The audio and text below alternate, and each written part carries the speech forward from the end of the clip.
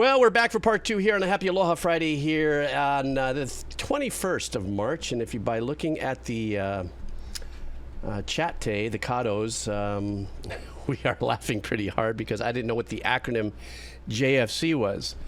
So I thought it was like Jesus Fried Chicken or something, but I was quickly straightened out. No pun. So anyhow, let's get going. Let's pick it right up. Now we are catching up to our new donos here for the day. I just had to refresh this really quick, and here we go. We're going to start with Lacrimosa. Lacrimosa, are you still here? I know you put this in a couple hours ago, and I was making catch-up. So we're going to be doing a song. Oh, from Fleetwood Mac. Hey, Lacrimosa, how are you, man? As always, chilling. I love that. We're going to listen to some Fleetwood Mac. And the name of this track is I'm So Afraid. It's a live version. So let's do Flashback Friday with Fleetwood Mac Deep Cut. There's a few live versions out there, but I think this hands down is the best version. And loving the guitar tone. All right, Lacrimosa, first of all, Happy Aloha Friday to you. Thank you for your kind dono. And let's check out some Fleetwood Mac. I do have some Fleetwood Mac lore, though. I'll mention a little later, which is funny. Not funny. Funny, not funny. Here we go.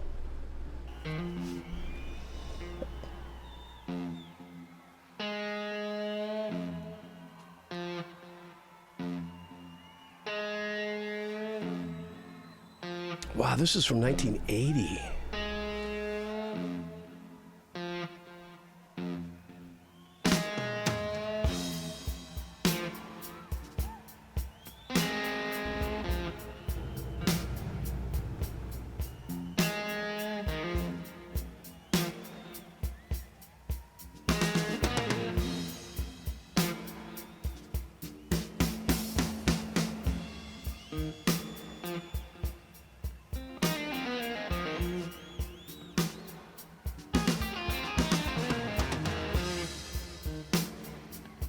Sexy pentatonic.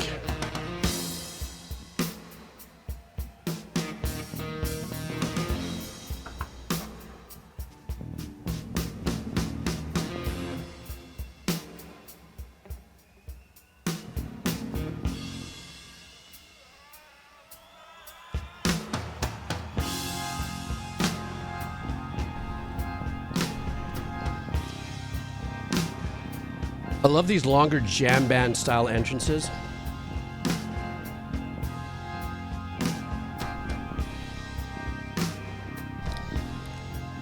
Yeah, Roadkill, the same exact vibe.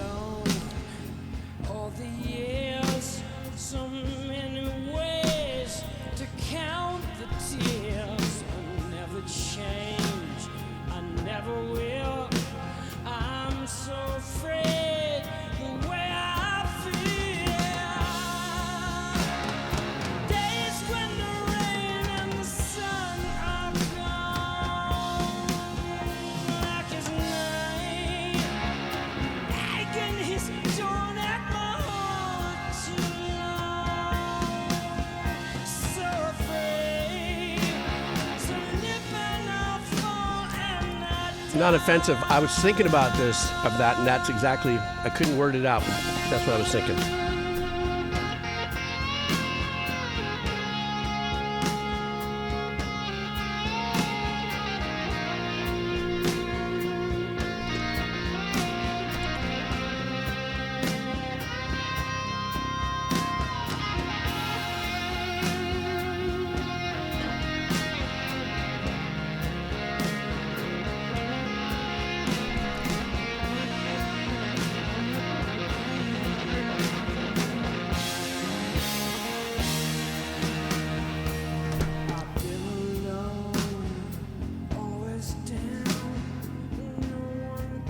Bass tone, how rubbery it is.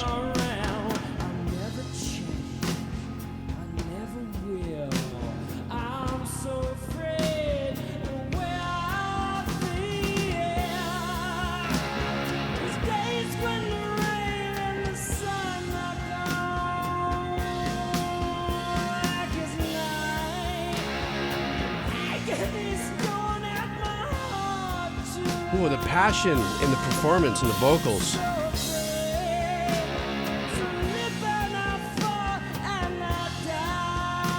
I also think the whole band internal drama was such an important part of the lore as well.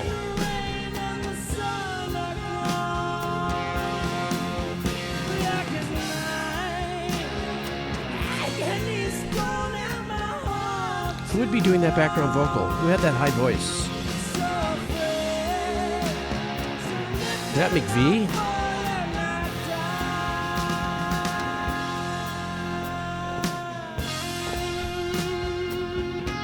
I fully agree, Brexter.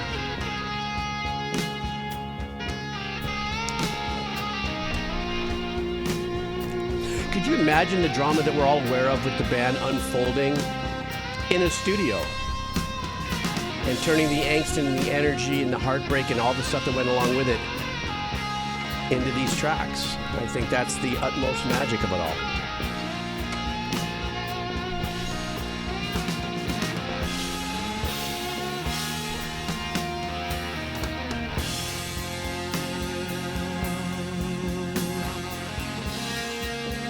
God, I love the tone of the lead guitar on this.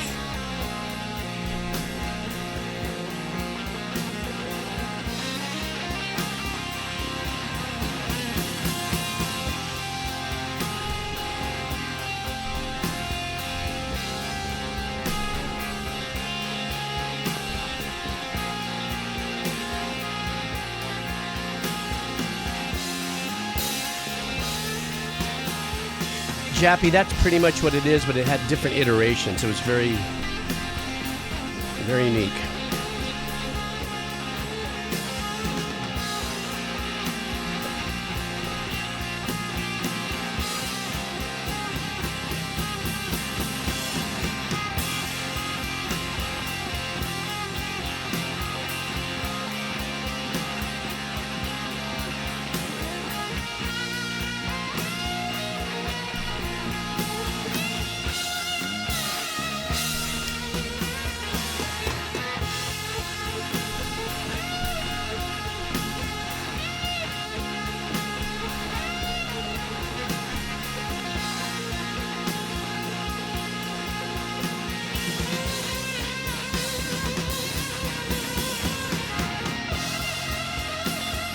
Let's not be dismissive of this great organ work that's happening here on the left side.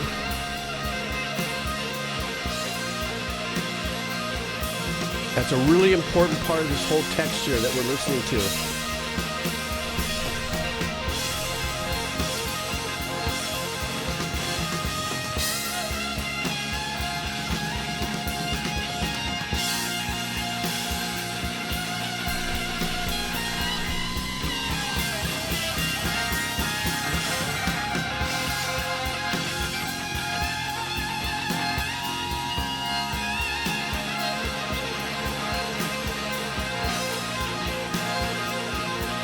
I know, right? The triplets.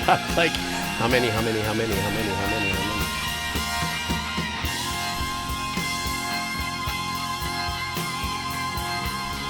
this was a time in an era, too, where the impactfulness of lead work like this that was squared off within a box of a pentatonic scale can be as tremendously impactful than being everywhere. It just sang David Gilmour, this style, you know? I mean, maybe I'm acting my age, but I mean, I do love great guitar playing, but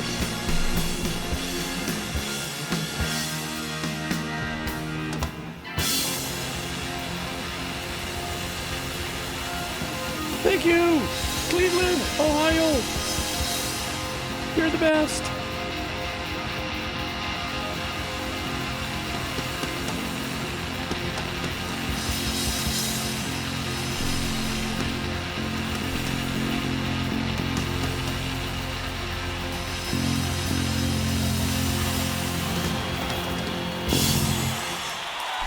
I like how the bass dug into that last note there.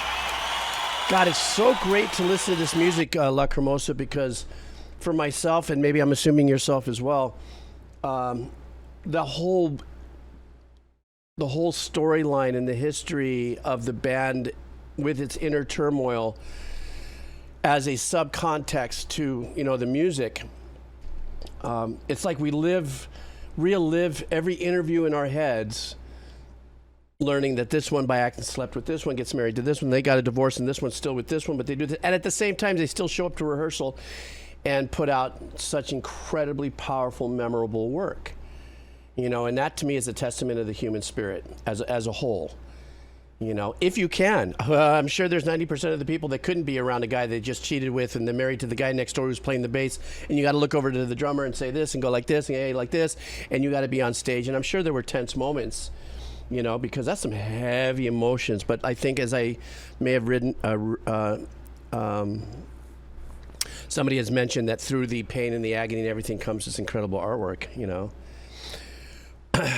Yeah, I mean, exactly. That I didn't quite catch all the lyrics, Lacrimosa, but that particular part in her voice, I didn't know exactly what she was saying, but you could just feel it. You just felt the pain, as if you just had to relive it, and then have to relive it every time you play that song on stage. You know, and everybody authentically is in there. I don't know that I would be able to get up and not off of my guitar or bass or whatever, and in the middle of a song and not pound somebody out that, you know, I caught sleeping with my wife or my girlfriend and I got to play music next to him. You know what I'm saying? I mean, how do you manage that? You know, that's some heavy, you know. And once again, to lean into the longer solo at the end of this, when I was saying that, you know, living comfortably in these boxes and the pentatonic scale and stuff like that, and a lot of things just leaning on repetitive, you know, triplets or kind of tactical go-to pentatonic, you know, bends into phrases and stuff. There's just something so passionate about that when it's done, especially in a live performance. You know, when you know that it seems like they might be running out of gas a little bit out of repeating phrases. Is it, you know, and he came out of it, you know, how he came out of it and stuff, you know. So this was a very passionate performance, and I think that's kick-ass. And thank you so much, Lacrimosa. Really appreciate that. From a chill place at your place to a chill moment to bringing us such a chill track emotionally. Thank you. Appreciate that. And have a happy Aloha Friday, and have a great weekend, my friend. Next up, a coral reefer. So I don't know if this guy gets high underwater or he's a microbiologist, marine biologist, or whatever, but it is a great name. That is hilarious. There you are. So, a coral reefer. We're going to be doing some OST. This is called Techtonic. It's an FH5 exclusive. I don't know what that means. Oh, it's from Forza, so I know that's a driving game. Pass the seaweed. So here's another track. The message is to the Kados is, yes, another track again by Metrik.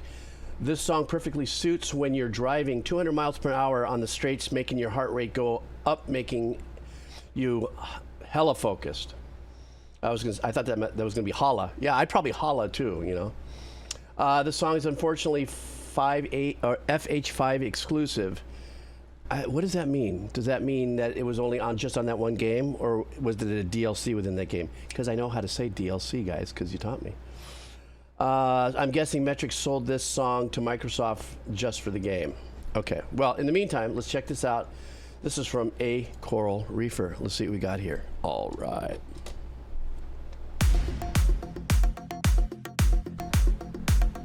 There's that ravey house kick, that punch you in the chest tone.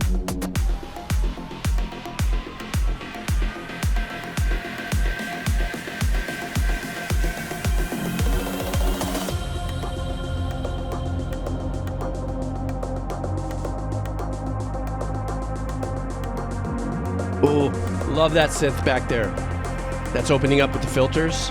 Great sound.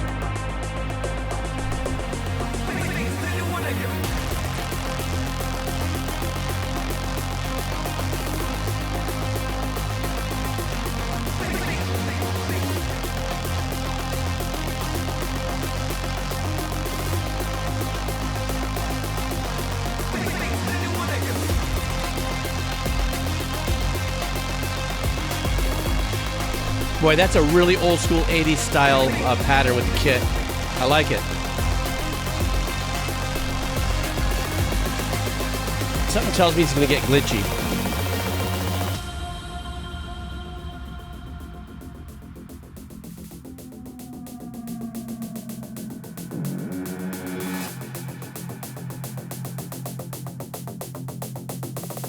This crushes. I don't know, me too, SB. I'm like, where's it? Where's it? Okay, it wasn't going to be as gnarly as we thought. The anti-drop.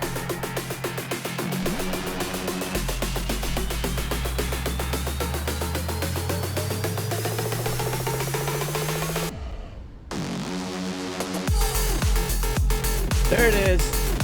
Took us a minute to get there, but...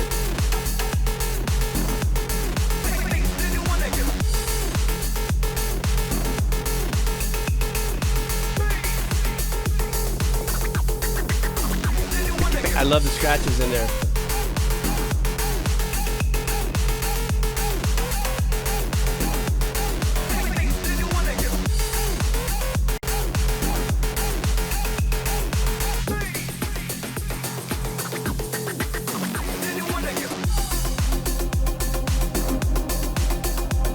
Love this. This is great. You know I'm a cornball for those ethereal vocal pads and stuff.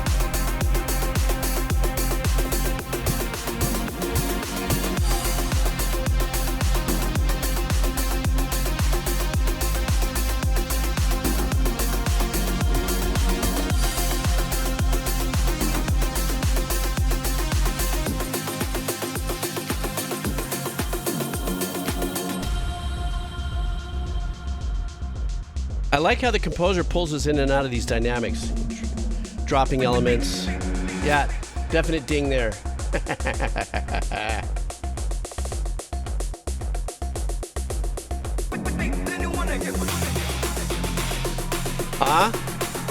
We dancing around a little bit of the Doom vibe.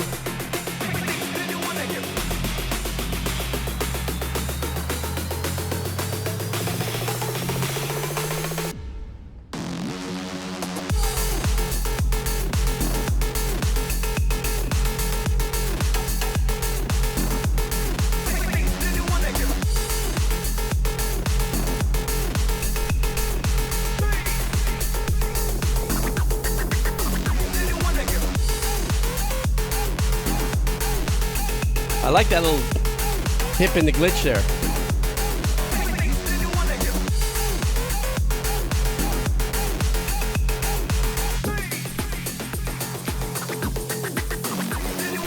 I love the scratches. We don't hear that a lot anymore, do we?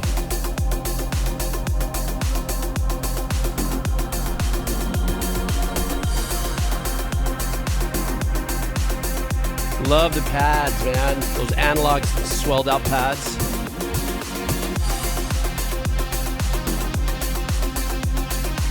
You know the through and through too is a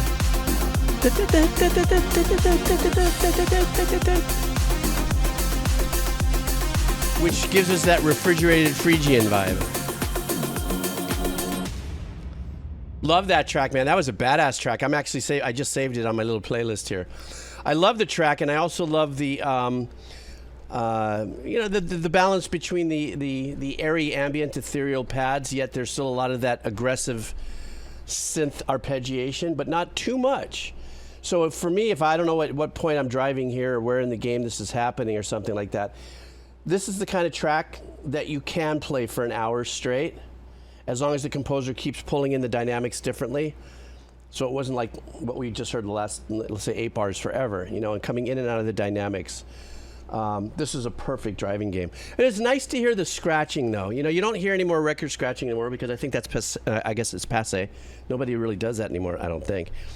But it did remind me of a track I did about 24 years ago where I hired a DJ because I didn't know anything about it. I knew what I wanted, and then I played him the track. It was called Booty Groove. It was a cake track. I didn't know. Peach cake, I don't know, what do we call it now?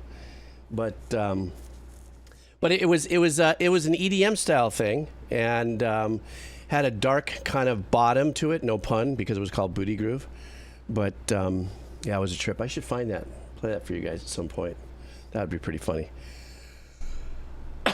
Oh, is it really? Oh, shit. I'm sorry.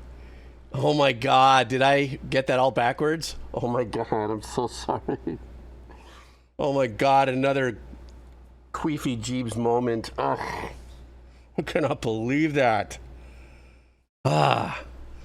Hey, Dre. How are you? Thanks for dropping in on your first time chat. I know. It's a Jeeves moment.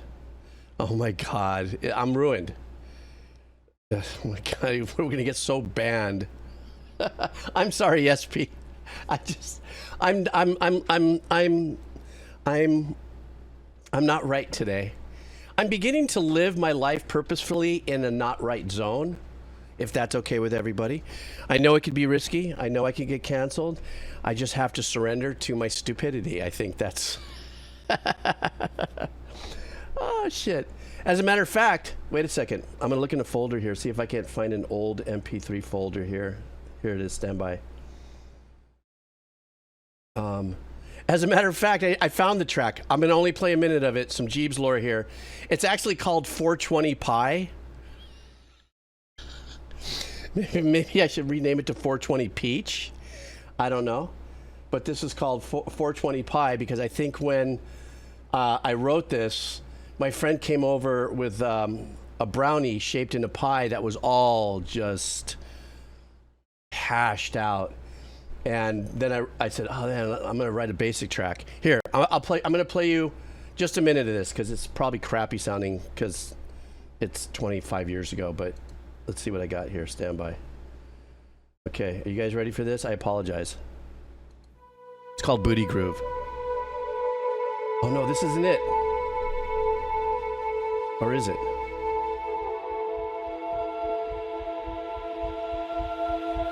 No, I don't think...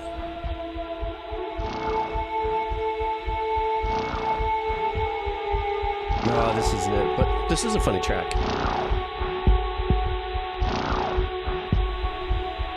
It says I wrote this in 2003.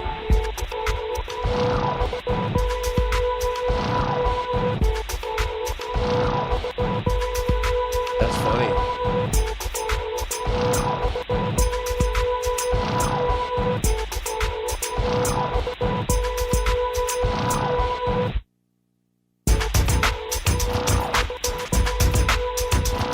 Yeah, this is like a groovy piece, isn't it?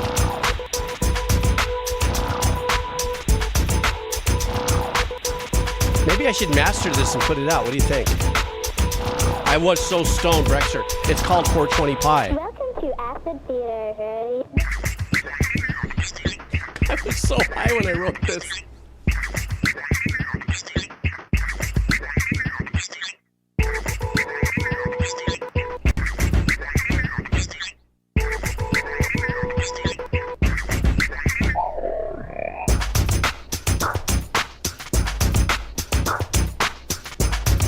You guys, you have no idea how dark EDM-ish I was back in the early 2000s.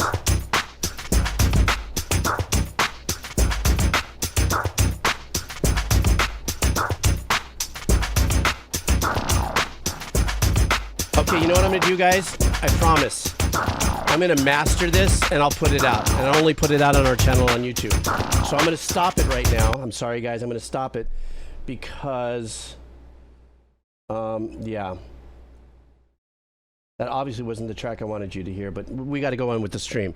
But that was funny, a funny little piece of diamond that we just kicked around. Okay, so let's get back to our stream. But I'm going to master that, and I'm going to put it out with just some funky images, and we'll put it on on the Avocado channel for all my Cados here who are experiencing that.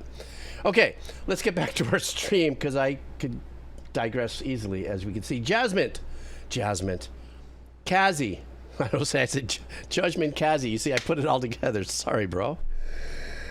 So, Kazi, we're going to be doing a band called Termite. What is this? Oh, Teminite. Brah, sorry. Eyes old, reading small. Sorry.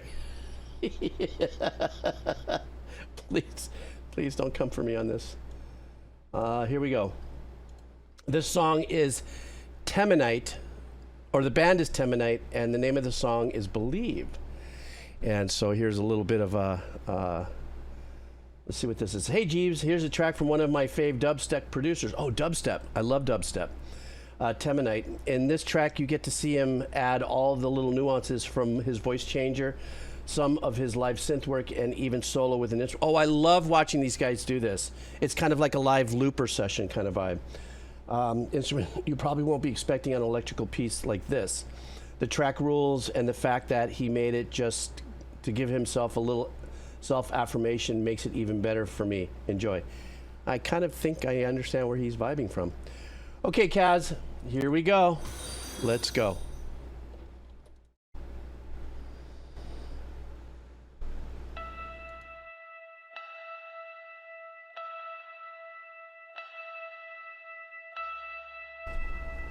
Mahalo in Sanctia. Have a great weekend.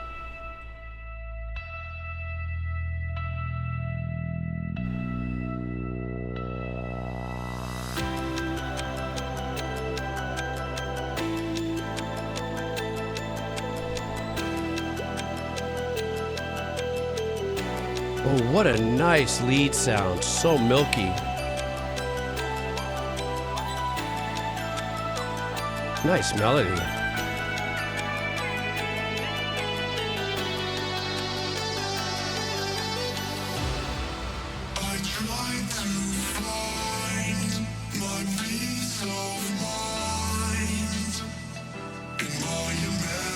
Wow.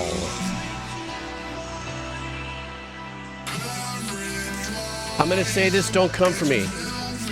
Sleep token? In the tone? I know the sleep token people would kill me if they heard me say that.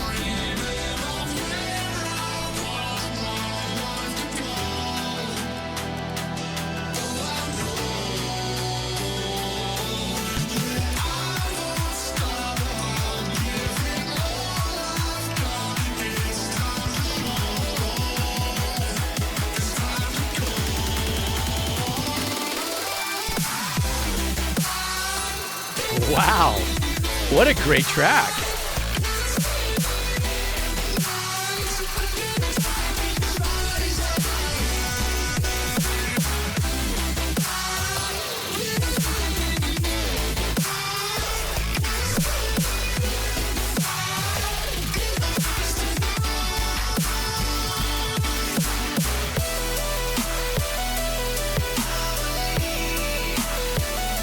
This is so freaking musical.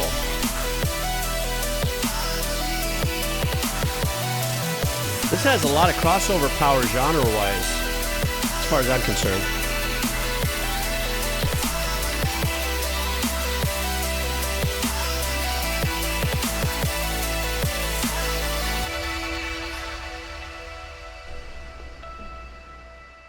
Uh-oh, here we go.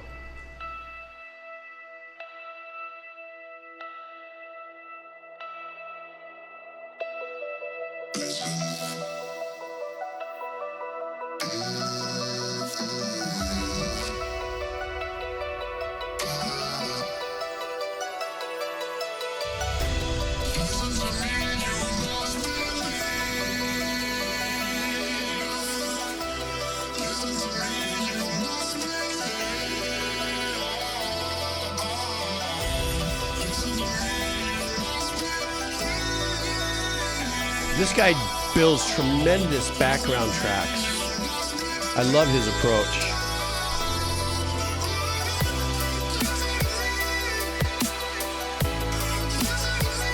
I like the tightness and punchiness of the drum sounds.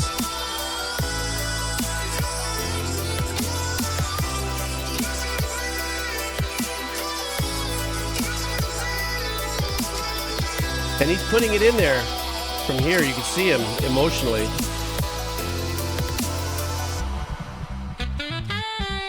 Ah, the secret reveal.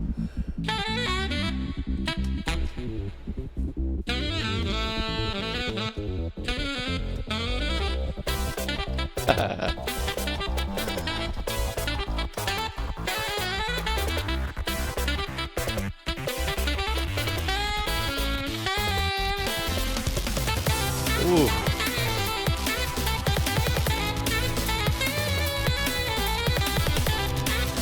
very sexy 2-chord pattern to solo over. Oop. 3, sorry.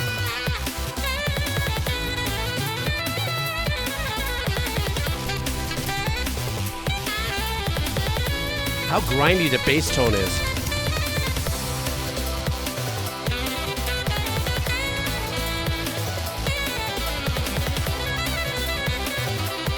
Jesus.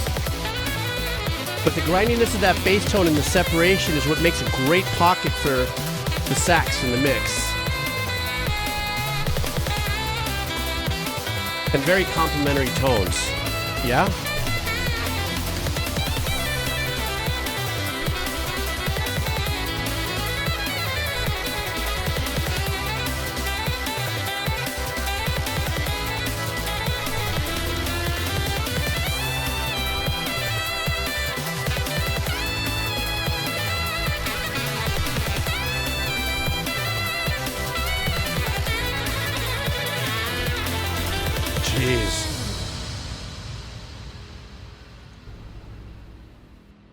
That's it?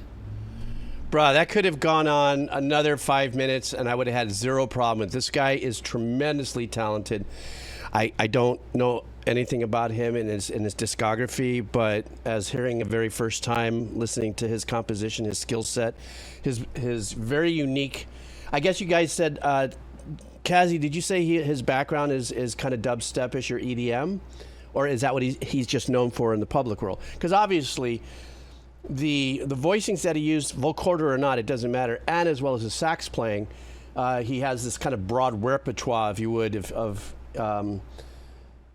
intervallic phrasing and voicings and stuff. But you know, sometimes combining the genres of super stringent electronic sounding type music along with, like, let's say, saxophone, you get a marriage like this. So I think he's so he's mainly known for dubstep. Well, this is that thing. So if he's mainly known for dubstep, excuse me, the roots of where, as being just an old fart composer, the roots of where he comes from has got to be, sounds like it's a lot more musically richer, coming from a richer place. You know what I'm saying? I mean, hell, I took classical guitar for 3 years. I don't ever use any of that skill set unless I have to, if I'm getting hired to do something, for a library. But that doesn't deem me as just a classical guitar player, especially when you see me destroy a Van Halen tap run. And when I say destroy, I'm talking about hitting all the wrong notes and shit. But I'm just saying. This is genius. Thank you, Kazi. This was great. I dug it. Richard? No, richer. Why, is that another cancellation notice there? I'm just saying. Okay, next up is Lisa. Lisa, Wolf, for you. Well, we know Lisa might be coming in with a little bit of the discursive rock and roll metal-y soundy, turn it up the tone and head bangy. Let's see what we got here. Lisa wants us to listen to some metal. Death by Stereo. What a great name. Lisa, are you still with us? Or did you parachute in and had to bail, maybe? Let me see. So the name of the band is Death by Stereo. Hi, Lisa. Lurkin. Wasted Words. So here we go. Here's her message. Need more music like this these days, you say? Yes, I do, is what I say. Say me, say you. Sorry, suck.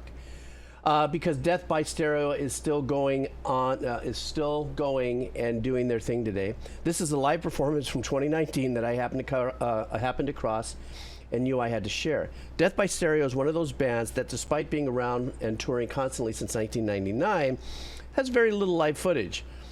But why that is will become clear from this performance. Okay, do they mosh pit the hell out of the cameraman?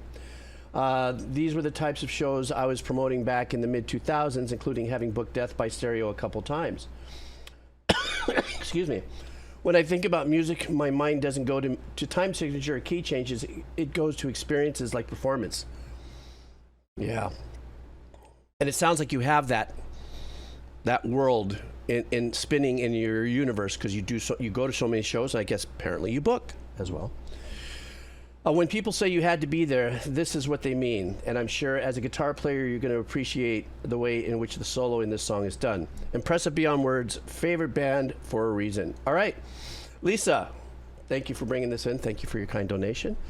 And we're going to be listening to Death by Stereo's song, Wasted Words. Live. This is a live performance. Let's go.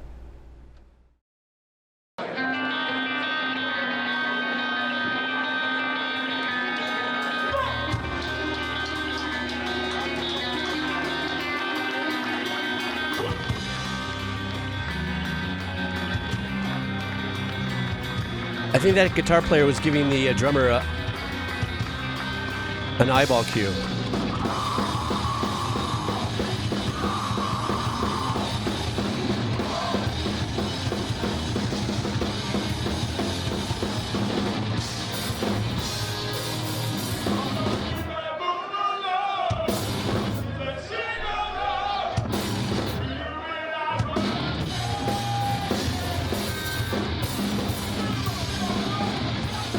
Wait, where did he come from?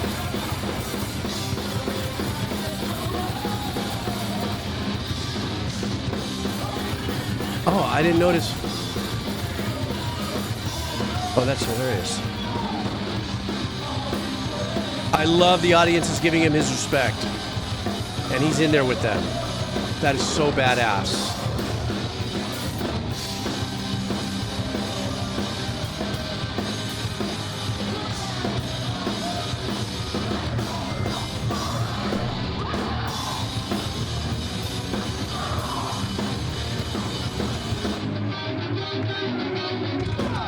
Oh, nice. Real nice.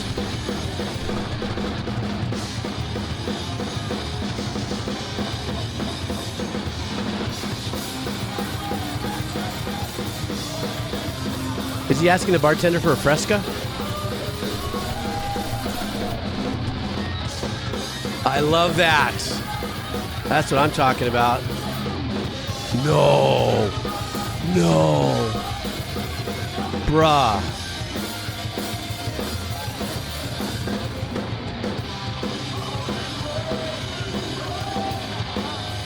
That was so cool.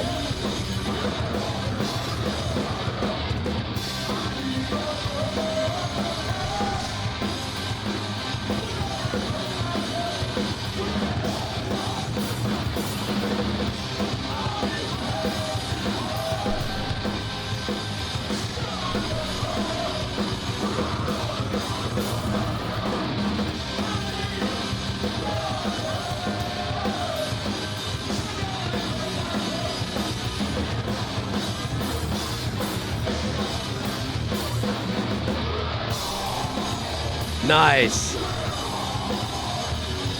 Get everybody's lymph glands cooking.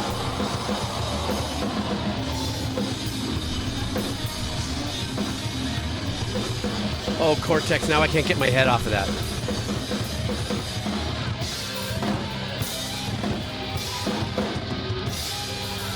Oh, look at the shirt that the guitar player has, the Morris Day and the time right there. That's funny.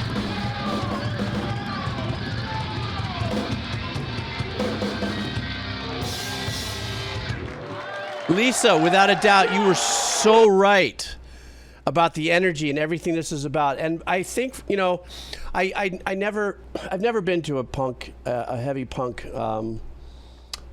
performance, and you know, I've never engaged in mosh pits and stuff, even though my brain's a complete mosh pit. But what I saw here, which was really super cool, was I think the misconception I might have of a mosh pit is that you know, the energy and the physicality of it, you know, everybody goes down and gets in it, you know, even musicians and stuff. What I saw here, even though there doesn't seem to have been mosh pitting going on, but that energy throughout, there was such a wonderful respect for when the vocalist went out there. They didn't mob him, you know, they let him be. He didn't need to have, you know, bodyguard kind of vibes around him and stuff. There was that full respect there. And then when the guitar player got lifted and they did the solo, and he did the solo like that, you know, this is, I think, what you're talking about when you say, this is the core of punk, man. This is just the most rawest expression of, you know, energy through music. Did I say that right? I don't know. That's just an old guy's way of saying it, but that was serious kick-ass. I really enjoyed it. And they were having a blast. And even the mustache on the guy, or the one that looked like Mythbusters, or, you know, even the guitar player that had the Morris Time in the Day shirt. This was gnarly metal that was going on. Of course, I couldn't really make out a lot of the arrangement and stuff because of the recording and everything. But I also liked the fact that when the guitar player opened up the pattern, it did sound like maybe there wasn't a good enough monitor for the guitar player. So when for the drummer. So when the drummer came in, maybe sounded like it could have been slightly behind and stuff, and the guitar player turned around to the drummer to give him the eye contact and the tempo of what was happening that they lock into. And that's a killer thing to watch with musicians in bands. Everybody's going to cover everybody. Unfortunately for me, when that happened to me in the 70s, you guys know that story that I was in a rock band, and they decided to start doing some disco, and I hated fucking disco, but it was like we were going to get booked. My bass player would turn around and be so pissed off because I drag ass from because it was so it would be so obvious. He would turn to me and looking at me with these raged eyes, be going like, okay, bro, I get it. Anyhow, so that's just my little infused things. But Lisa, thank you. That was really great. I really enjoyed it. I'm just saying. What do I think about disco now? I think disco here and disco there and disco over here, but disco never came here. But it did, as an older composer and as I worked through that Heimlich maneuver of an era, as far as I was concerned at that time, as I look back to it, it is a very important part of Western music history, and it's also, when I listen back to it now as a composer with arrangements, I was going, yeah, there's some badass shit going on there.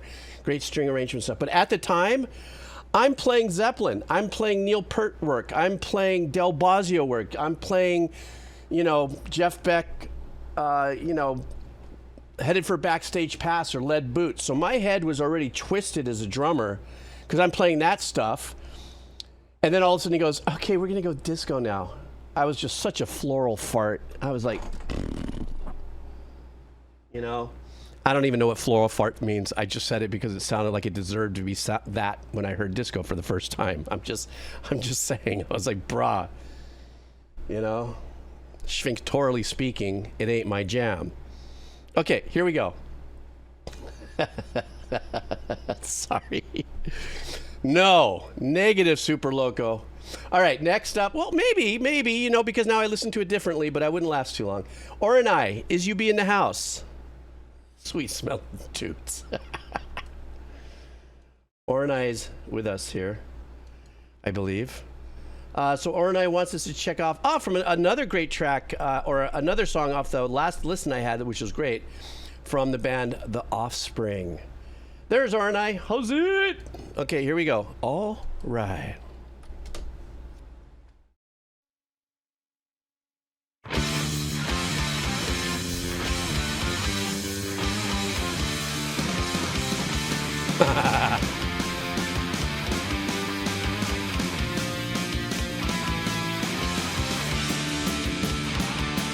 We're staying right in that same energy pocket as the last track.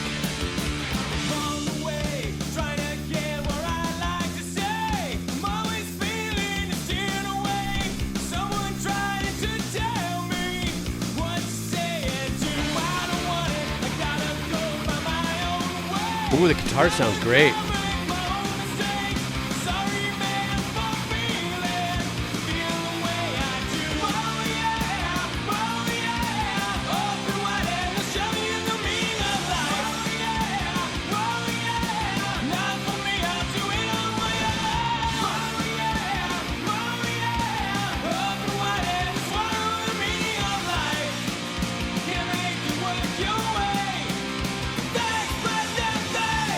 God, I love the engineering on the drum.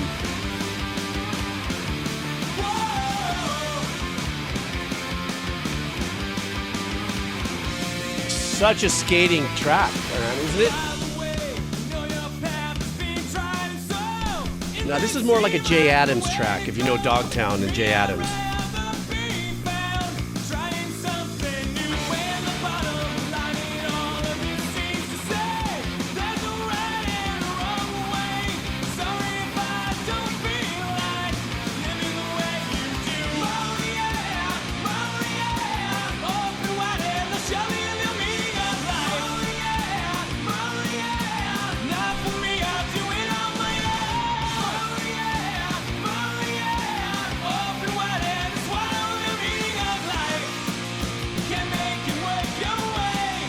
That drummer's freaking crushing.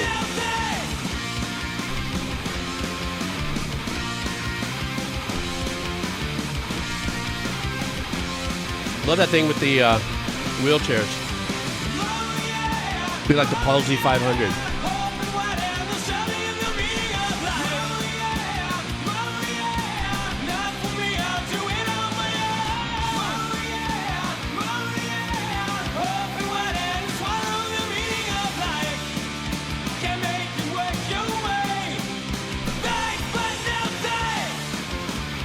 God, those guitar tones are badass.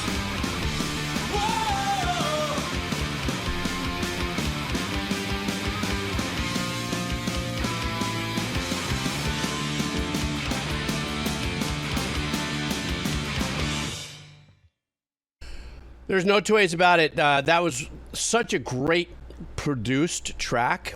So I'm listening it, you know, through a 7-layer dip here. But in production, when I'm thinking of a track in production, I'm thinking of things like the elements of engineering and mixing and placement of the mix and stuff like that.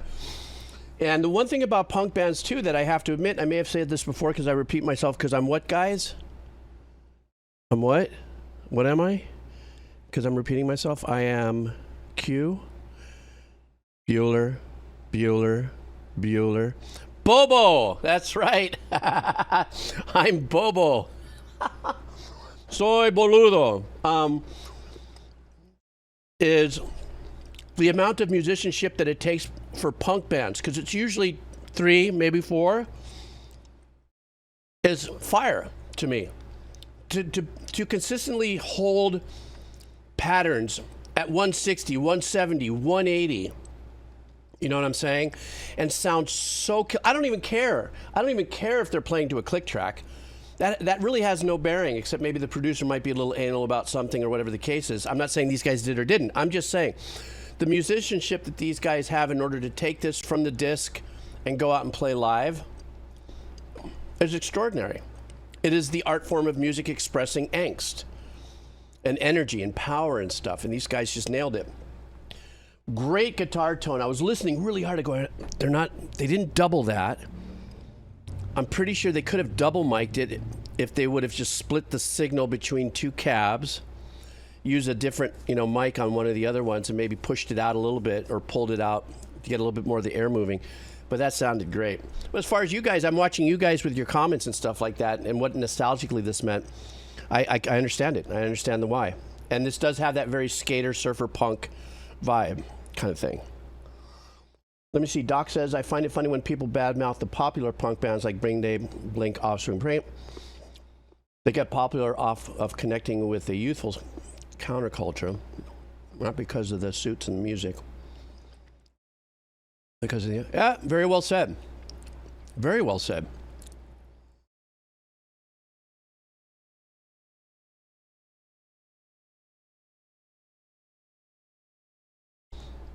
Hang on for a second.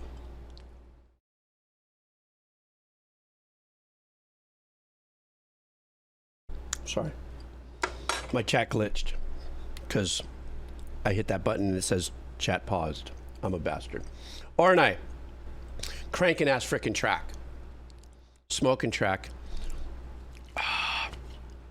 When you were like 7, I would have loved to have been a fly on the wall, Ornai, for you to listen to that track the first time when you were 7.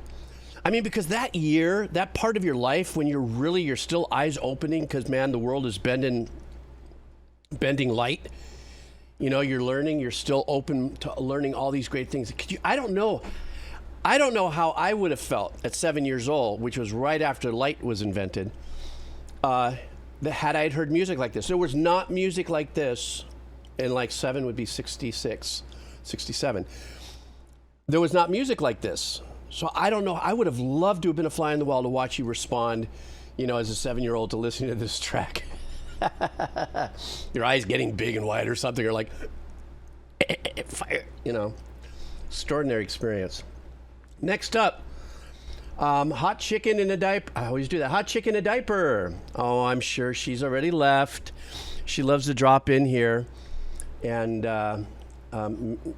with incredibly unique music. And she'll come back and check in on us on the YouTube video. She'll leave, usually, sometimes she's left a couple of comments thanking the Kados for the hangout. By the way, Oren, I thank you also for your kind donation. Happy Aloha Friday to you as well. Let's see. Hot Chicken in a Diaper wants us. I wonder if, like, I gotta demystify that hot chicken in a diaper. Like, there's a part of me that's like that. You know, it's a great name. There's something behind it, but there's another part of me because of the warped way that I think that you could be 85 years old in an old folks' home called Trembling Hills by the salad bar, texting in. You know, I'm just saying. Hot chick in a diaper. The diaper thing throws me off. I don't know if it's, you know what I'm saying? I'm just saying. It's just, it's a very unique name. I mean, your music is very pop, you know, but just in my mind, I'm thinking, you know, she's on a speedster walker, you know, at Trembling Hills by the salad bar going, hey, you want to check my pound cake? Here's my, you know, I'm just saying, that's just my warped way of thinking. Please don't come for me on this. The band, the band that she would like us to listen to is called Saosin, something like that, Saosin. The name of the song is Lost Symphonies. We listened to the live version last week. Time to listen to the studio version. Oh, so there's going to be some refreshments at the end of the day. Two things you honed in on were the harmonic patterns and Anthony Green's natural high voice. So that means that we're actually going to be listening to the recorded tracks. I like that. Thank you for being considerate of that, because the come around sometimes is very unique. Here we go.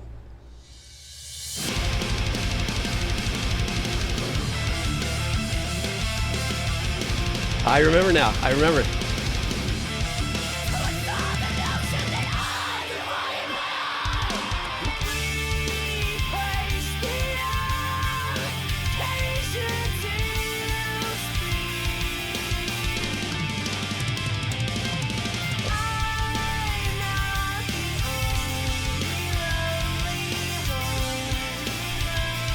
Precision in the mix now, that really sounds phenomenal.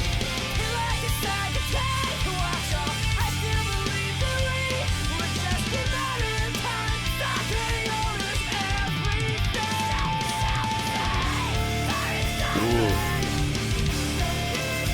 Mean guitar tone in the rhythm. There's a harmonic.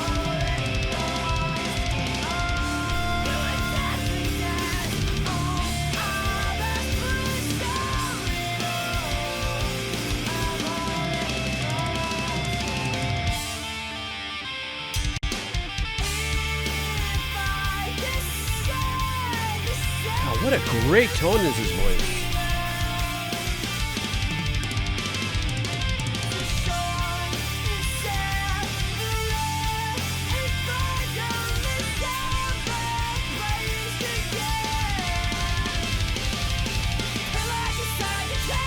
God, I love that flip on the fill, where the kicks are on the 16th and the toms are relaxed.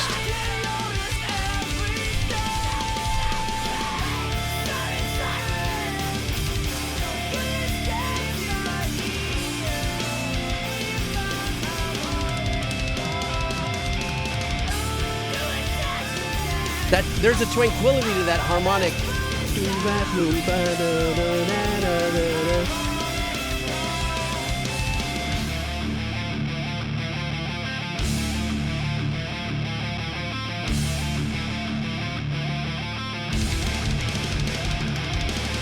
Oh, great fill.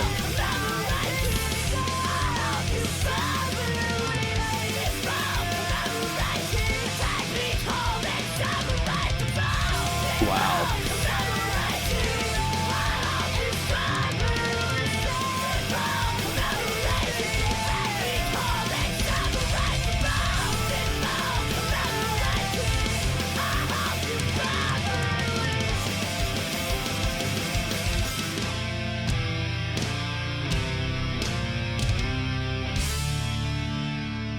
So I fully remember the track Hot Chick, and it definitely, especially with the harmonics, but now with the separation, obviously completely different when it's, you know, being mixed and engineered the way it is and coming. Yeah, but they did a great job live. Then I started hearing some other things in this mix only because of the separation and everything that I don't think I heard before, or maybe it wasn't in the live version. But first of all, I'm going to go right back into the melody on this. And that's just, you know, that's all net, completely all net. The drummer was crushing. I love the tones of the drums. Because remember, when we listen to live, even if it's a post-live mix, you know, even if you go into a recording studio and take the files in there, it's going to get treated differently because there's, you know, other environmental things and artifacts and stuff that can happen during a live song, blah, blah, blah, or performance. But the musicianship was spot on. But I did that last bit where there was the voice, there was the melody being sung and something else happening behind it in another melodic arrangement. It kind of hurt me. And what I mean by that is I'm in the flow of a song and stuff like that, and this kind of did this answer back, call back thing with the vocals. I was like, oh shit, something's happening, where it stopped me in my tracks and I had to stop and focus on it. Maybe you saw me do it while I was listening to it. But it is a bone-crushing track. And actually, thank you for circling back on this, because a lot of times we do hear live tracks on here, and you know, I can jive with it. But there's times where I do want to. I hear a live track and I go, oh, I want to see what this listens, you know, what it sounds like, you know, recorded. So thank you for that, and I appreciate it. And also thank you for your kind donation. Happy Aloha Friday to you, and I hope you have a great weekend. I know you're not here, but when I pop this up, thank you very much. I appreciate it. Okay, DJ Crumbor. Let's see what we got here for Mr. DJ. I think is he still in the house? DJ, be you here? Oh, DJ's bringing some, I think a game OST, or is this, let me see. This is a game called Gurumin. Gurumin OST, and the name of the song is Bomber Girl. Hey DJ, what's going on, brother? Oh, let me get my water.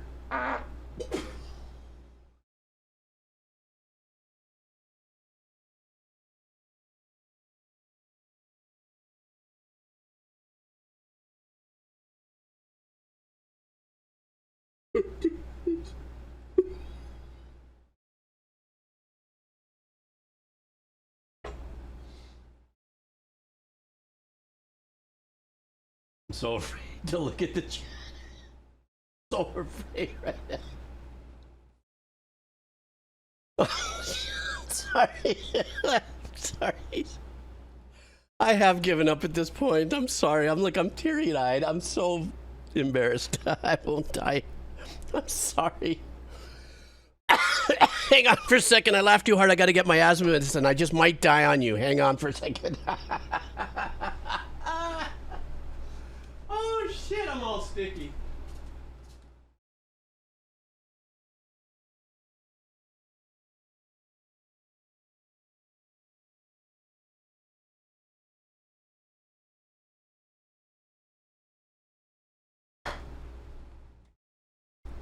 Oh, okay, I'm back. Out one orifice in the other. Okay, here we go. We're gonna get ourselves back into gear. I'm so sorry. Oh my God. I am disintegrating before you guys, for your very eyes. 2025 is going to be a very unique year. All right. I know. I just, you know, I'm not crying. You are. I laughed so hard I hurt my head. Okay. Let's get ourselves focused. Pulling it together. Mahalo. Here we go. I can't. I relinquished all sausageness. Just, you know, forget about it. Okay, here we go. DJ, thank you very much for putting up with what happened, as well as being here and hanging out with the Kados. Of course, you're an official Kado, without a doubt. The name of this track is called Bomber Girl. The name of the OST is Gurumin.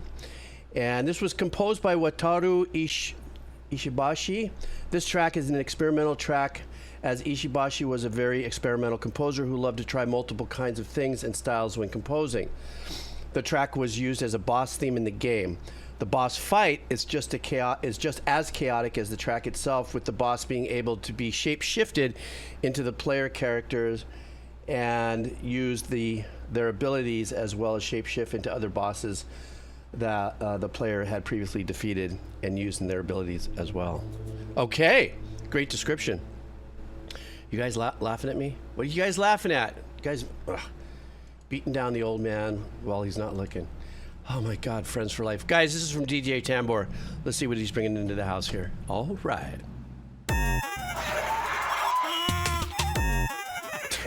You were right about experimental.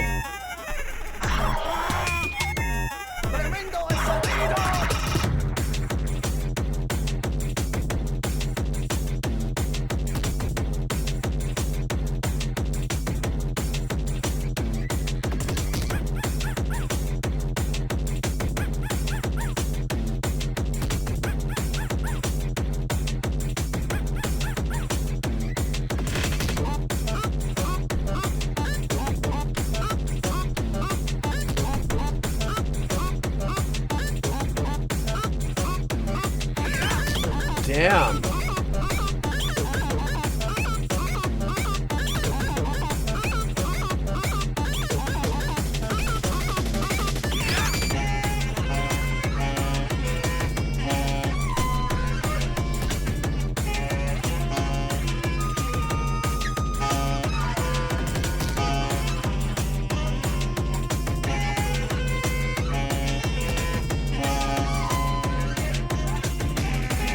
Damn, this is crazy nuts, but the game must be as chaotic. Is that what you were saying, DJ?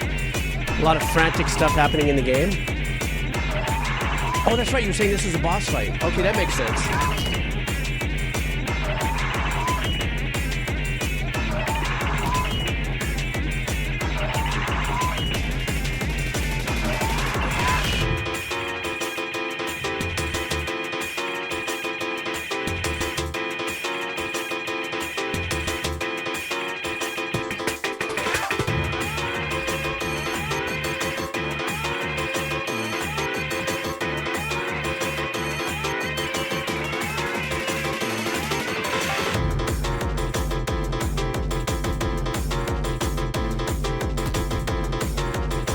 This is really killer, but it's so freaking experimental.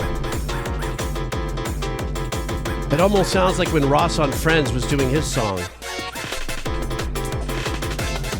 I mean, this is better, but you know what I'm talking about.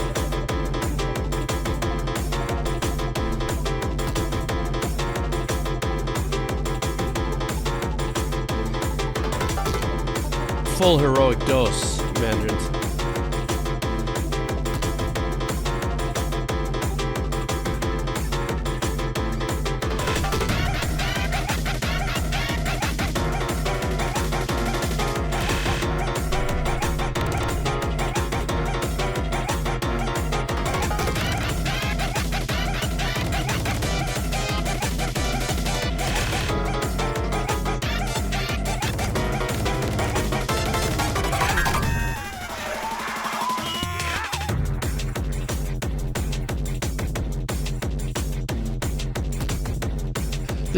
This is what, so apparently this is like a loop point coming for the game. This is what make composers like this, you know, that'll reach out and do experimental things with or without drugs. I think, who was it? Nutmick said that. Yes, that's true, what you said there in your chat. For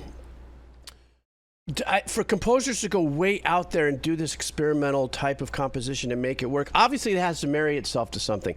At the same token, a track like this could be put out not married to a video game and have any of the experience built in by the people who are playing that hear the track. And in of itself, it's still a piece of work. It's just really super, super unique. To me, it kind of reminds me when I was younger in the days when, you know, samplers first came out, you know, the Fairlight and you know, or even pre-Kurz, you know, what was it, the S50? Was it the S? No, I'm sorry. What was Roland's sampler? There was the S50 and then there was, not the S10. Anyhow, when samplers were becoming things and you can actually load more than one patches and you have these things and you have across your keyboard, the key assignments would be to different things, different samples, and it would be you would think, this is so stupid, it's so funny, but nobody would ever have thought to really have taken it seriously, put a nice little beat behind it, and all of a sudden become something, because that wasn't just what the era was yielding. But when composers like this that already have a legacy behind them, and also what I've noticed in my journey is that the Japanese composers have tendency to be ultra crafty and experimental. And I haven't heard a turd ever come out of that camp. That may be a better way of saying that, but that's what I'm thinking. Thingy. So, yay. Thank you for that. That was a kick-ass listen. Incentia, I think Incentia may have bailed early. I see that's the bummer about this time-saving glitch here. But let's see what we got here from Incentia. Oh, there he is. Hello. How are you? Let's see what we got here.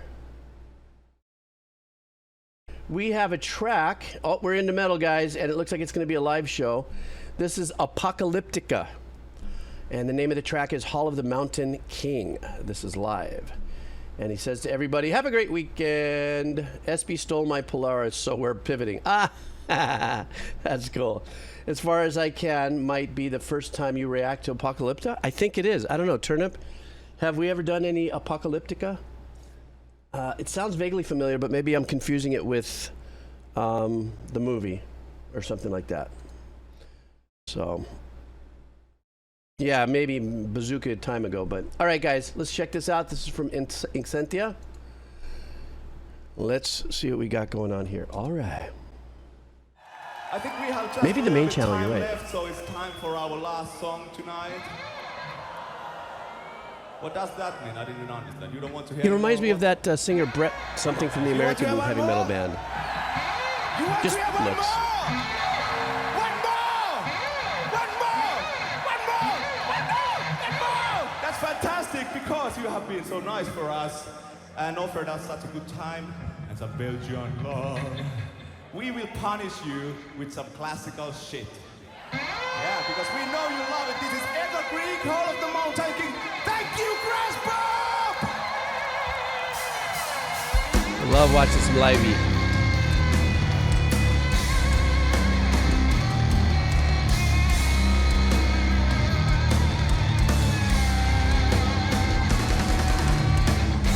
That pulls.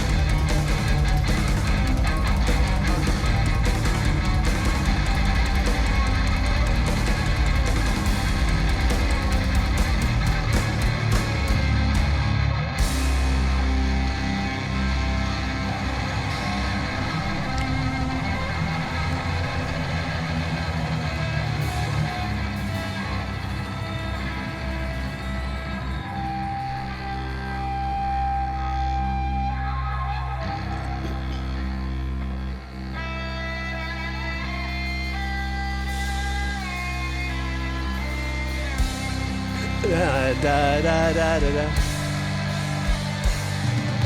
Well done.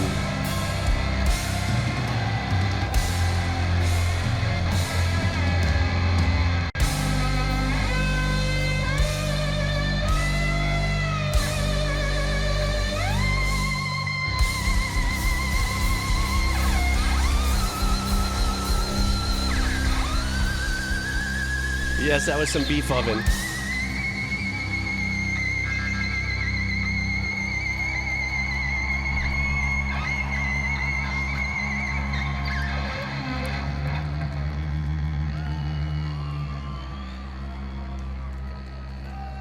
They're laughing.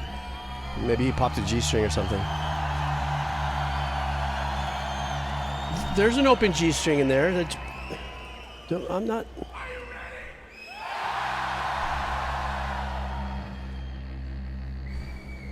I love the low double bass, just keeping it.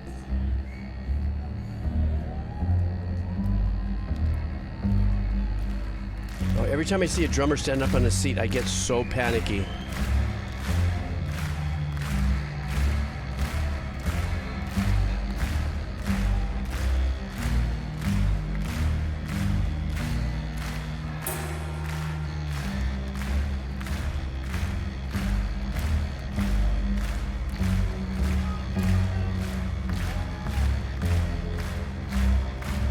Does anybody know what this is from? Come on, classical, let's go. Put those classical ears on.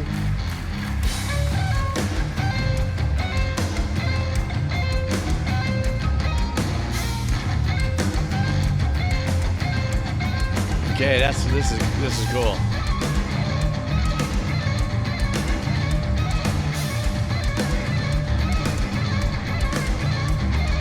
right, that Looney Tunes one. Good here. Bugs Bunny Opera.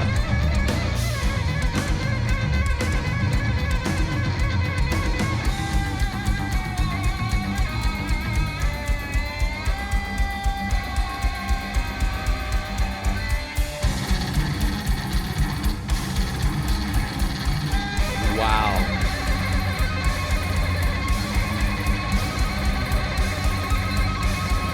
Somehow I imagine from the movie Amadeus, Mozart being front row, front seat on this being like,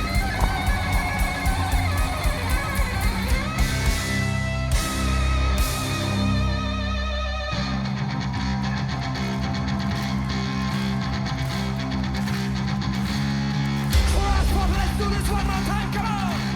Hey,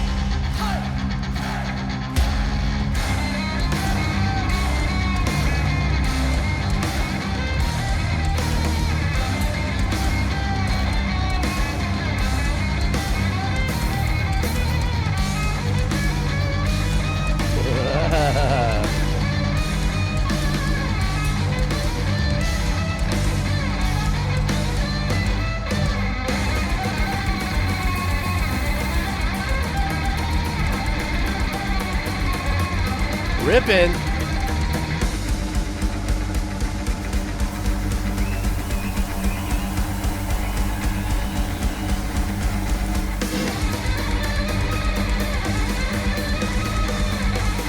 That's crazy. I've never seen anything like that.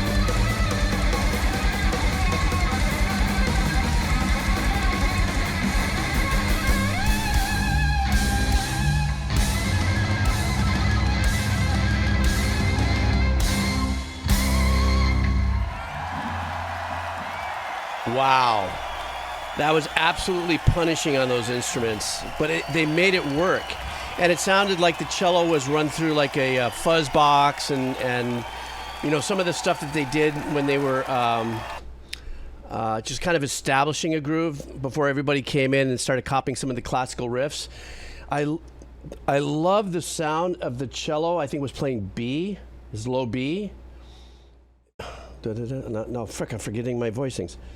And just holding it, but the way it was, like running it through like a fuzz box or some kind of a stomp pedal that would be like an overdrive or something, just mind-numbing. What I don't know, Ink Cynthia, is we're listening to this with the musicians, with the cellos and stuff like that. Is this their thing, or is this kind of a go-to as part of a separate kind of performance? Because I don't know. So is it like they got guitars and basses and they metal out, but then this is this other thing, they turn around and they'll pick up these other instruments and they do this, or is this their thing? So so it's their thing. Oh, okay. Now, one other question. Do they ever do vocals along with that, or is this all covers that they do? I'm only asking because I don't know. It's really super interesting. And I love the fact that, I think you were saying, somebody had mentioned they did a Metallica cover, so I guess that meant that they did sing, right? But I think it's wonderful. I think it's just incredible, too, that that was a big, huge audience there, was down for that. So, and they do collaborations and stuff. Okay, gotcha. Okay. They have original songs. I see. Gotcha. Oh, Corey Taylor did one of their most famous songs as well. Okay. All right, great. That was a badass listen. I have a whole different energy when I'm listening to music like this. It's like I let the composing arranger orchestrator ear of mine disappears, and I'm just enamored by how they approach a genre like this with, you know, classical instruments. So I'm like, okay, let's see what you got. And these guys are obviously stellar classical musicians as well. You could tell by their hands and their positioning and everything going on there. You got to be that good to be this good. Does that make sense? You got to be that good in classical to be this good in performing with these instruments in metal. I'm just saying. Thank you, Incentio. Appreciate it. And happy Aloha Friday to you, and have a great, healthy, safe weekend. Tonto Corazon. Che, pibe, ¿qué ondas? ¿Qué te parece, sir? Ahora, mi amigo Tonto Corazón quiere una canción de artista. Como.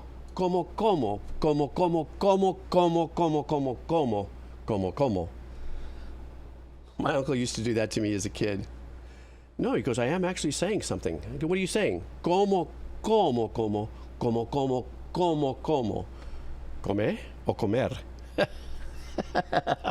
Perry como. It doesn't matter. It's a stupid Spanish thing that my uncle used to, with using the word como. All right. So, Tanto Corazon wants us. Oh, we're going to listen to some jazz, my friends. This is going to be. Oh, and it's another live performance. Wonderful. Munir Hossn. Quedate Conmigo. Is it Quedate? Yeah, Quedate Conmigo. Stay with me. And this is from Tanto Corazon. Hola, dude. Hope everyone is doing okay in these merciless times. Merciless, I tell you. Recently discovered the artist and the dope band fusing genres from all over the Latin world like samba, timba, salsa, and jazz is exactly the vibe I've been needing recently. Let's do this. This is a mosh podge, hodgepodge jazz session by artist Munir Hossn. Quedate Conmigo.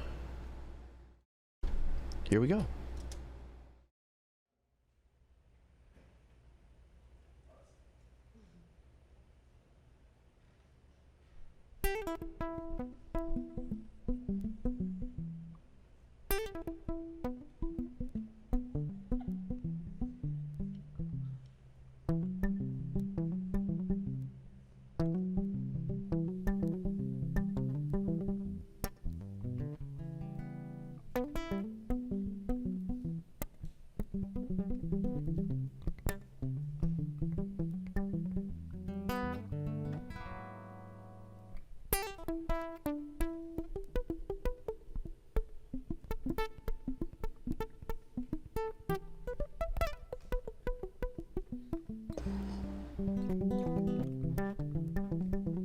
Slick. Kind of digging the outfit he's wearing. Got kind of an Argentine gaucho vibe.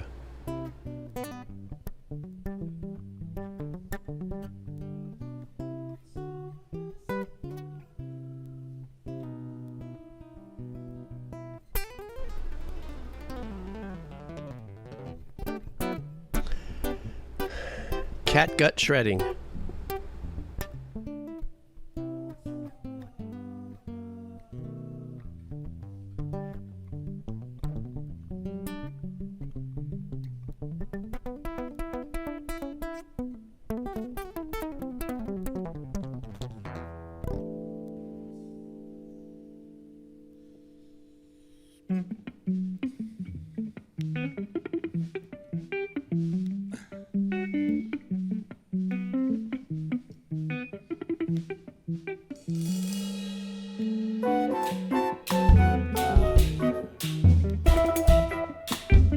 Madre que lo parió.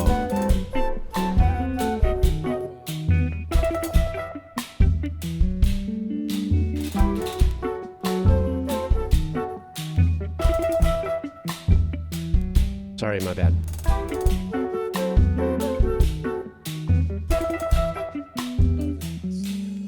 It's kind of a bomba that percussionist is playing there.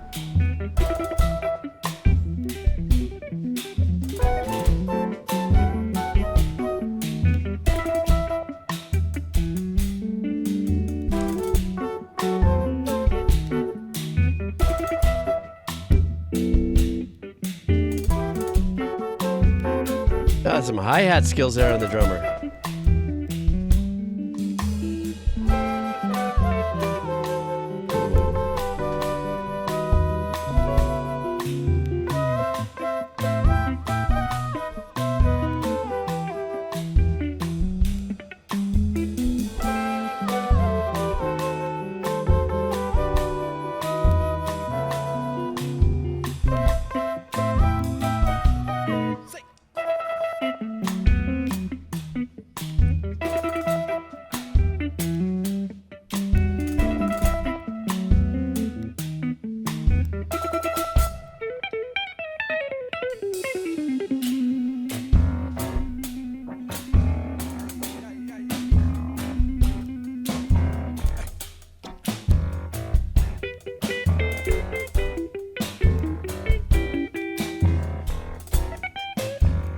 love what the left hand is doing.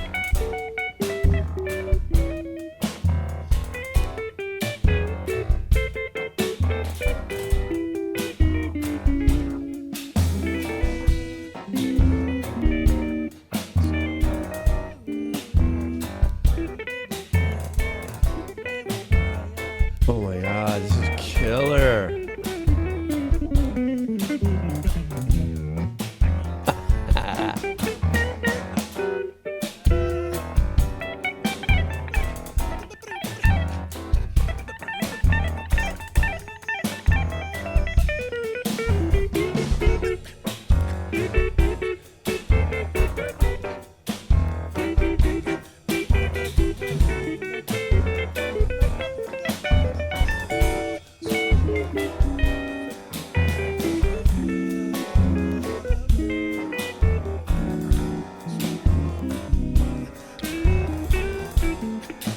Yeah, this is like one of those snarky puppy kind of shows where the audience are getting a set of cans and stuff.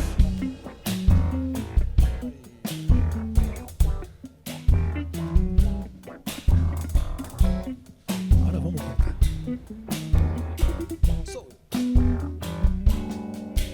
Carita de quien está sola, quédate conmigo. Con ganas de compartir, quédate conmigo. Hablar de tu nuevo libro, quédate conmigo. El último viaje que hiciste, quédate conmigo. Una vez más.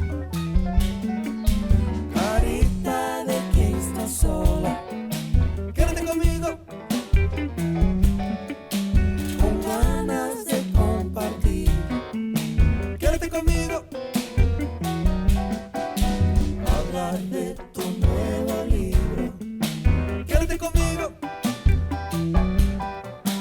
El último viaje que hiciste, quédate conmigo. Ay, ay, ay, ay, ay, conmigo es mejor. Tu vida además de bella tendrá sentido. Claro que sí. Sí, ya. Ay, ay, ay, ay, ay, conmigo es mejor. Beautiful backgrounds. Deja la bobería y tu mejor castigo. Ya se acabó el peligro. Quédate, mi amor. Te trataré como una flor. Soy tu mejor castigo. Conmigo no hay peligro. Quédate, mi amor. Te trataré como una flor. Beautiful. That was beautiful. Yeah, it is kind of reminiscent of like, you know, how Snarky so Puppy much. would do the Muito concerts. obrigado, muito obrigado. You know, and all the audience are in the mix and stuff, and all the lines are being mixed through a board. So we're hearing everything as live as possible. I loved everything. It was so laid back. There was a nice little fusion of different styles in here that I really enjoyed, except for me being slightly embarrassed that I did say Cuídate conmigo, and it was Quédate conmigo. And because I just don't read Spanish enough. But I thought it was so sultry, so sexy without being over the top. His guitar skills are something else. I've never heard of this individual, and I saved it while I was jamming, and I definitely want to look up more on this concert, this particular concert, because I love that too. I think a part of stuff like this and that snarky puppy kind of vibe when they did that, you know, that show inside the studio, I think it's really a really nice thing, not only to watch the musicians live, but have, you know, cut shots of the audience getting into it as well. I'm sure you can agree. But yeah, I'm going to watch that whole concert, Tonto. So thank you so much. Well, if you do, I won't be able to play it till next week or until I get back, Tonto. But anyhow, thank you so much for coming out, man. And muchas gracias para the dono. So, you know, thank you so much. I appreciate it. And happy Aloha Friday to you, también. Yeah, I'm getting a cramp in my neck, and I don't know why. Jeez. All right, next up, we have our friend back from somewhere out in the middle of the world, on the complete opposite side. If I drilled a hole from where I live across, I think I'd come out to where, I think Kebab Seller said he was in, where was Kebab Seller was in the Middle East somewhere, I can't remember. Anyhow, it's Kebab Seller's time. So let's see what Kebab Seller would like. Kebab Seller, oh, hang on for a second, I got a Discord message. I know that I get a Discord message, something must be wrong. I'm blowing up or something.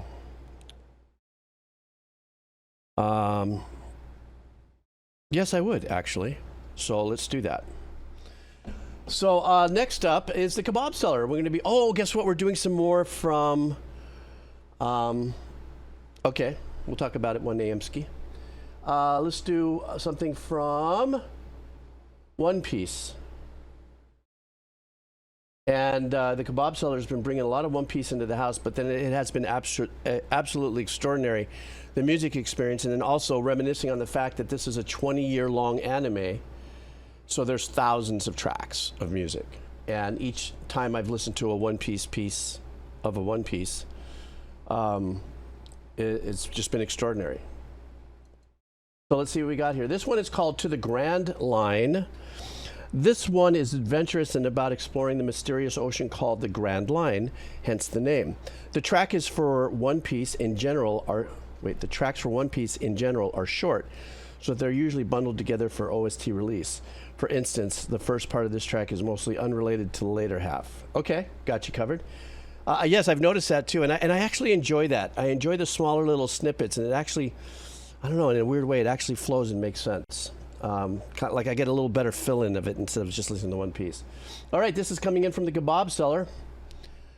Let's go ahead and do this. All right.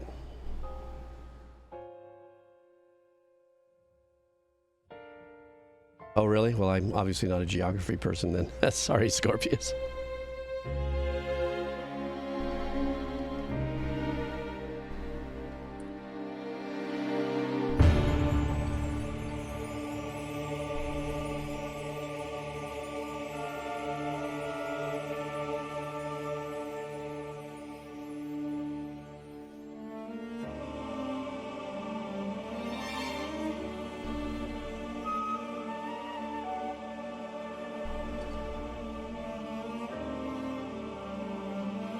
I love the sustained vocal in the back.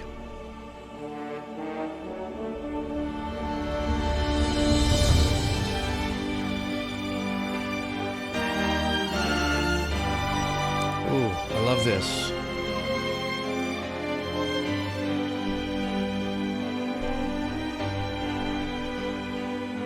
I turned it up a little. Very thematic.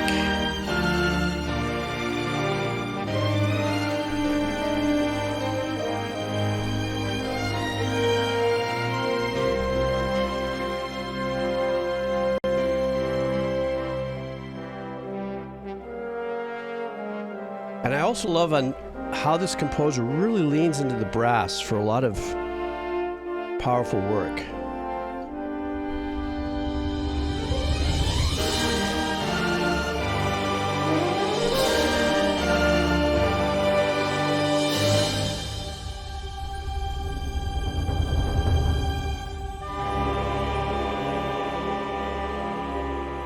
Beautiful piece. That was such a gorgeous piece, but what a great release right there.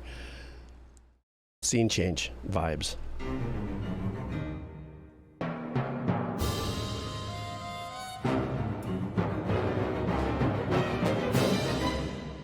Carl Stalling vibes.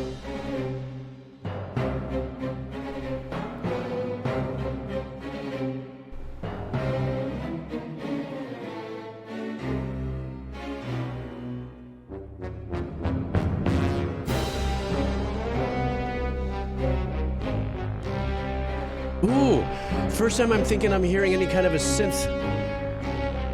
That quirkiness at the bottom. I love that.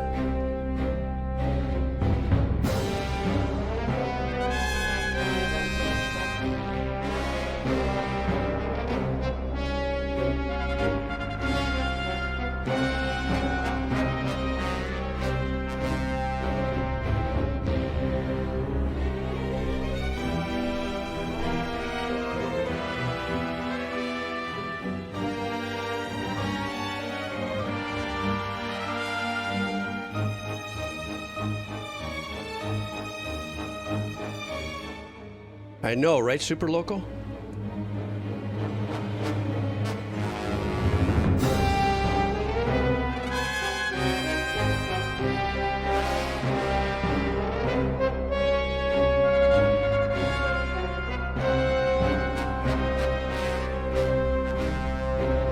This was very stoic and powerful and like coming in for the kill kind of vibe, you know? Two wonderful, wonderful pieces, the Kebab Seller. I'm enjoying this so much, you know, by you dropping these in here. There's such a, I know this is a 20-year run of music here, and I'm just, you know, there's just people that have just supreme talent. And, you know, like this composer, is it Kohei Tanaka? Maybe, I don't know, I'm just reading this little thing here. Nonetheless, it's so expressive. But the one thing about all of these tracks that you play me, what makes it different for me from listening to like, you know, an OST or a piece of music from a game or even an anime, with these kinds of compositions, I feel like I'm just a little closer in the pull because of the fact that I can tell these are score cues.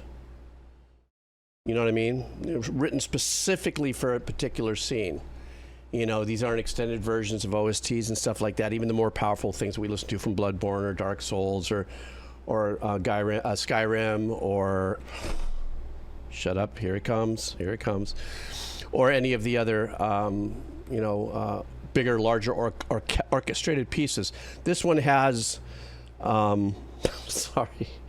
This one, when I listen to it, I'm in my mind now understanding, like what it actually, without bullshitting you, well, I would never do that. It just reminds me of watching my father when I was younger, when he was conducting the scenes for movies, and you see the ribbon come across for the timer. This is pre-time code days, you know, and it just makes me feel like, God, this composer, this orchestrator, this individual, it just brings back a lot of nostalgic, and it's such pure composition, you know. So I'm always flabbergasted by this, you know, and also, like I said, shit, 20 years. This guy keeps knocking it out of the park. I'm just saying. Oh, a ribbon. Oh, my goodness. Uh-oh, did we release the Kraken? So It Snows in Australia for rubato compositions or things that don't require click tracks. My father always on his sessions wanted to be counted down by a ribbon.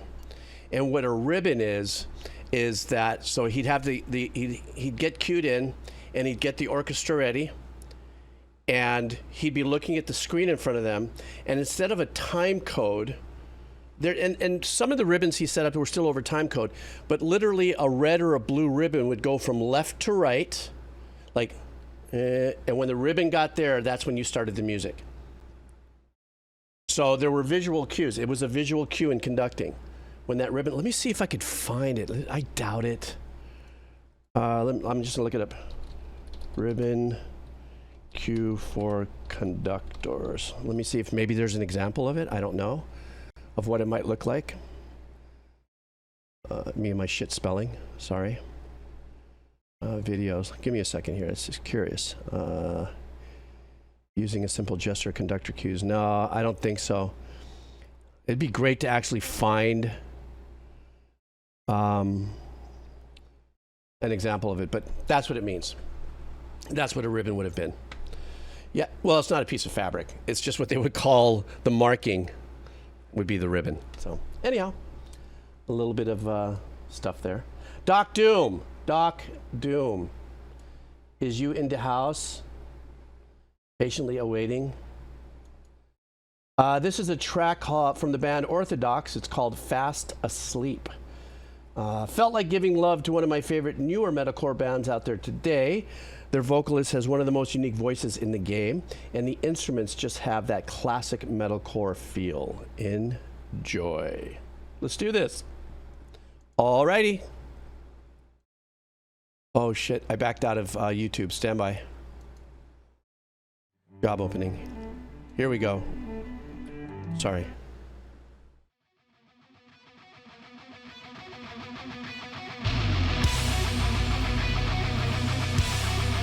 Roadkill, yes, exactly. Hey, Doc Doom.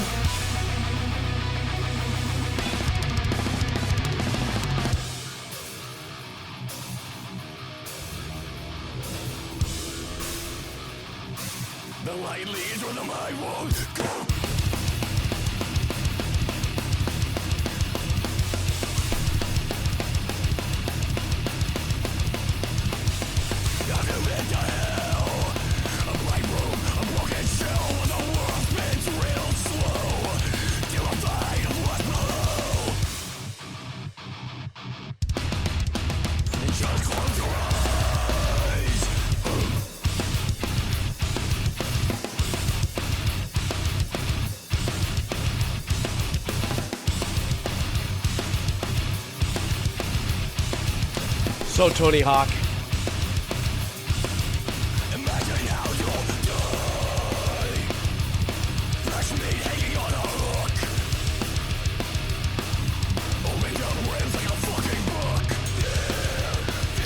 Did you hear that little ride?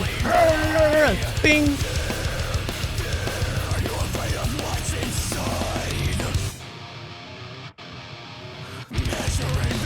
Getting a little corn vibe there.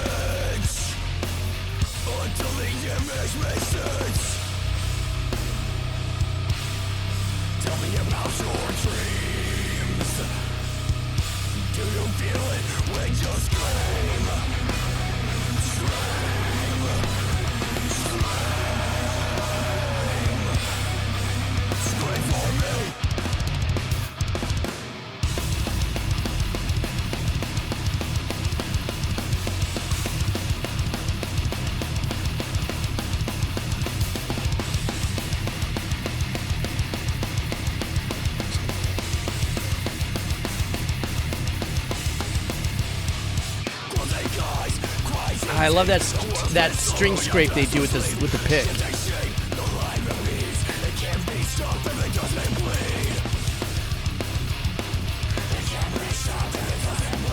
I like that. Ooh, nice. They did it with the harmony there.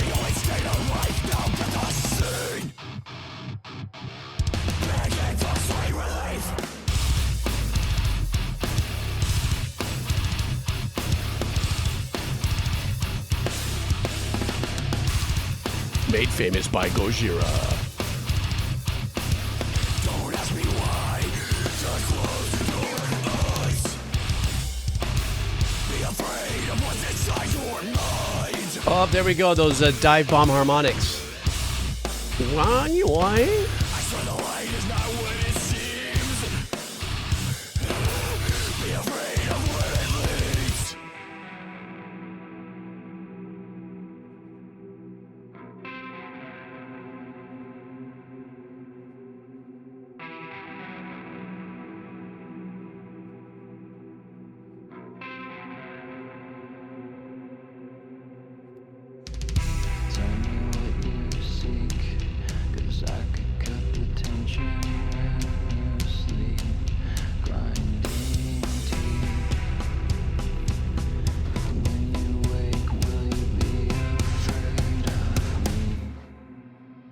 Breakdown?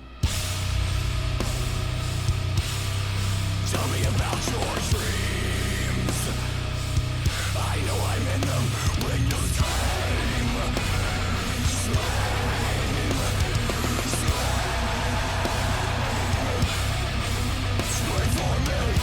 There's that nasty dissonant pad sound back there.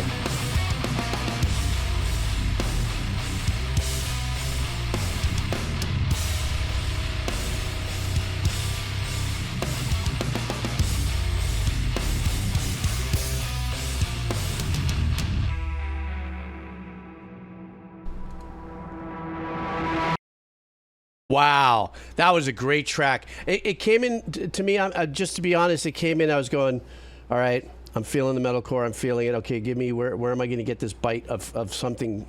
And literally within 8 bars, they came in hard and hammered me with that. Like, shut up, dude. Be patient. We're about to bring it. I'm just setting you up. You know, I've heard so much metalcore now that when I start to listen to tracks like this, I start to listen to all the nuances.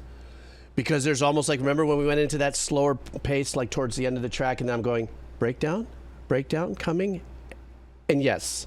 So as far as cutting and getting a vibe on the production path, this style of music, we start feeling it. I think we all do, right? I think all of us can kind of, even if you're not a musician, you kind of feel breakdowns by 4 passages, coming around after 4 beats. You naturally feel like something's building, something's naturally telling me that something's about to change here. And I'm being led by either a tom fill or a bass and tom passage that takes you to the next thing. I like all the extended nuances of the harmonic stuff that's going on, that Gojira pick scrape thing, the harmonic dive bombing, that goes on in there, But you know what? Whenever it makes SB's playlist, it was a banger. Did it? Let me see. What is a pungent stench? That's a stupid question, probably. Is that the name of a band? And you're saying it has a little vibe? Like, oh, it is a band. Okay. I thought it was like something when I left a couple of hours ago behind. But I was thinking, okay, Pungent Stench, is that maybe it was a guitar tone name I didn't know. I was just saying. But it's a band. Okay. I dug that track. But like I said, it just roasts if SB puts it on her playlist, and she did.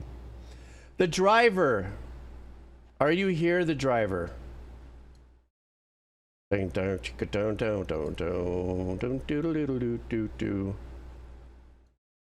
Driver wants us to listen less. Uh-oh, it's starting to happen, folks. My mouth is seizing. The artist is Flite, F-L-I-T-E. The name of the song is Progression. This is from The Driver. So this is from the subgenre of drum and bass called liquid D&B, okay? Where real instrument samples like strings and pianos are used, obviously with some reworking, instead of using synths that electronic music is so known for. Oh boy, I butchered that phrase. Usually the percussion and the bass remain their synthy selves. This track in particular helped me power through college as a workflow song to have while I studied and worked, and has become one of my favorite D&B tracks of all time. It's very important stuff. Workflow tracks or coding tracks, yes. When you find a track that can make you just flow and you put it on repeat and stuff like that, there's a gel coming. Here we go.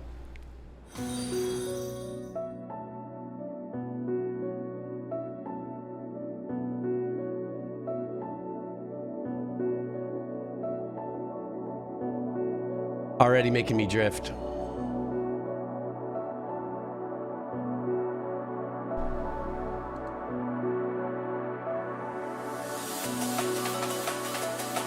Oh.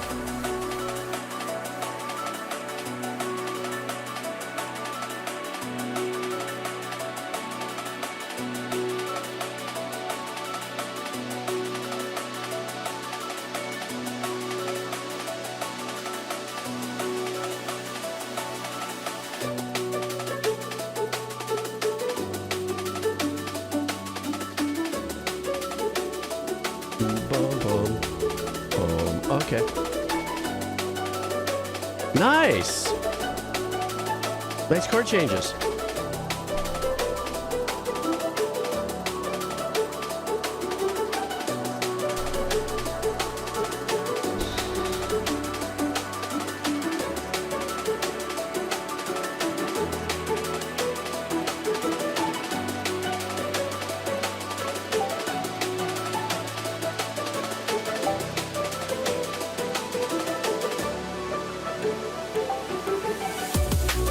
Oh, sorry, Discord was getting in on the mix there.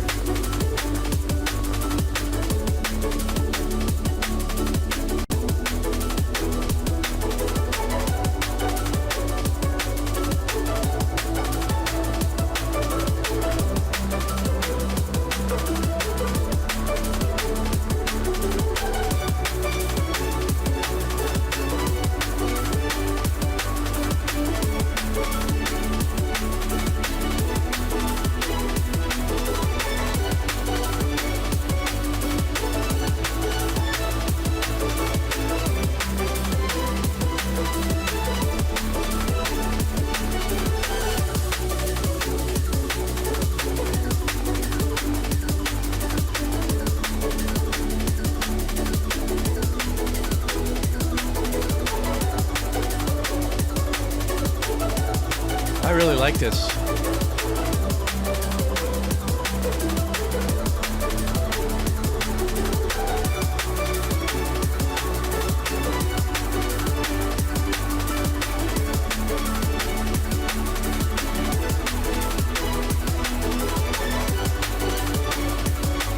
This is really well done. Great blend.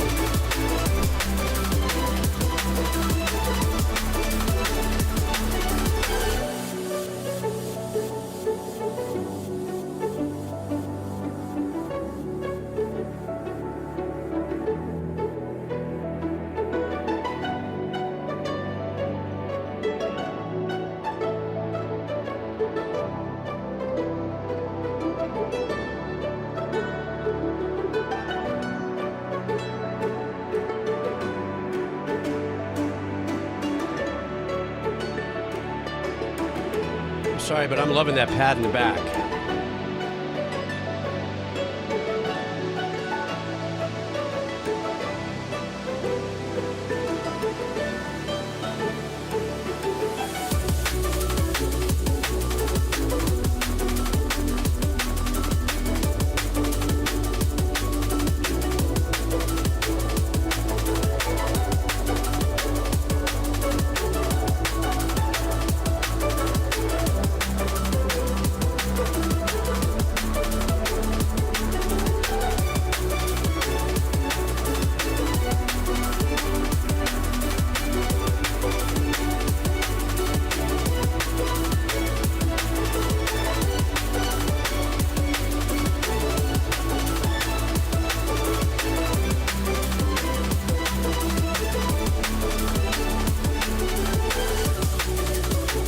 I fully understand this why, Driver, this very uplifting and positive, very kind of keep you in a loop, kind of keeps you in a positive feedback loop.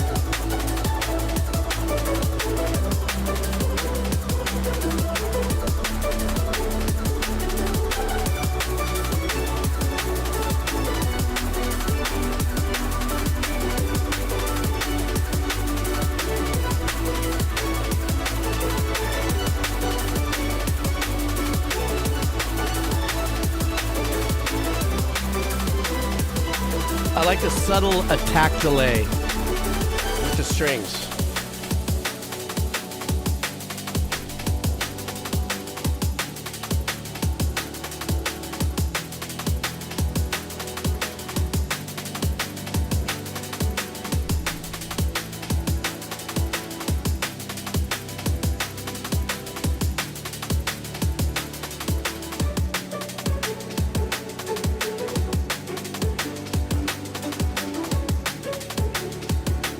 I like the letdown.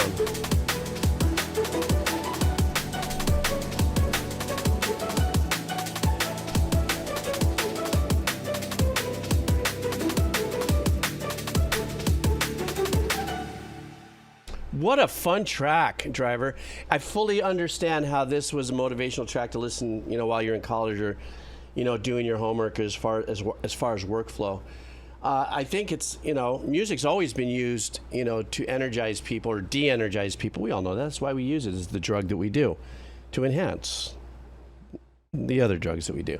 But I'm just saying, seriously, I do understand how the airiness of it, but the push of the drum beat, the D&B style programming is very uplifting. It was, somebody else said it earlier, it was slightly repetitive, but I think, everybody has their own beats per minute in their head that they can bebop and go to, and we all have our own different tones that we register into, low, mid, highs, and stuff. This one definitely had, and what it also gave me was driving game vibes, like you're driving, and that's something that you're like exploring. So it's really funny, and the way that I say that is that a track like this, if I was to assimilate this into a driving game of exploring and looking for things to do, it's almost the same thing as using this track for doing, your workflow and stuff. You're exploring, you're getting creative, you're, doing all that. I would see that as a lateral influence, that same kind of motivation. I'm just saying, that's just kind of like how I kind of interpret that, That was a really great track. Guys, really quick, my ears are starting to not be comfortable. Oops, sorry. And so what I'm going to do is I'm going to do like 3 more. I'm going to do Maw Paw, Ice Hat, and lateral tap. And then I'm going to come in tomorrow. I'll come in and finish like I do. I always promise you guys I do. For those of you that, so the ones that are going to be left for tomorrow, there's going to be still about 15 left, which will be Scan Visor, Jappy, Hardcore, Green Floating, Jerdman, Derp Cat Dog, Nikritho, Underwater Dojo, and Brexter. So after I do these last 3, I think I'm getting tapped here. So I'm at the point of diminished returns. I will start my stream tomorrow with you guys as a dono makeup. Okay, I hope that's okay. You know, and if you got to bounce, you bounce. I appreciate you staying this long. But the old earballs, yeah, the old earballs are getting a little taxed there. So that's my story, and I'm sticking to it. So let me see. Good night, Roadkill. Thanks for dropping by. Next track coming in from Maw Paw is a song. Oh, hey, it's from one of my peoples. Well, you know the story. Everybody knows the story. This is from Infected Mushroom. This is called Avratz. And this weekend has arrived. Happy Friday, happy Infected Mushroom, happy you, happy me. You guys know the Infected Mushroom story, right? You guys know the Infected Mushroom story. I do. Because Ezra's came over and hung out with me for a minute. All right, here we go. Some Infected Mushroom. All right.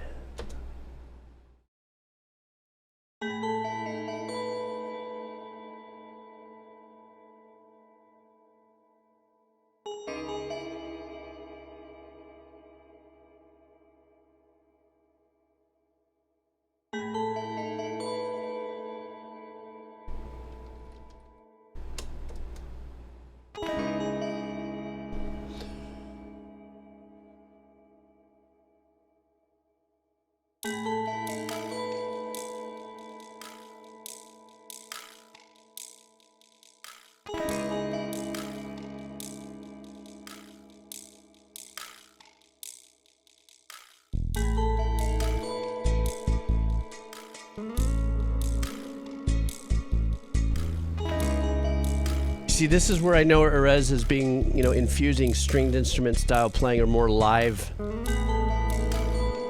elements, even though they're known more for their EDM work.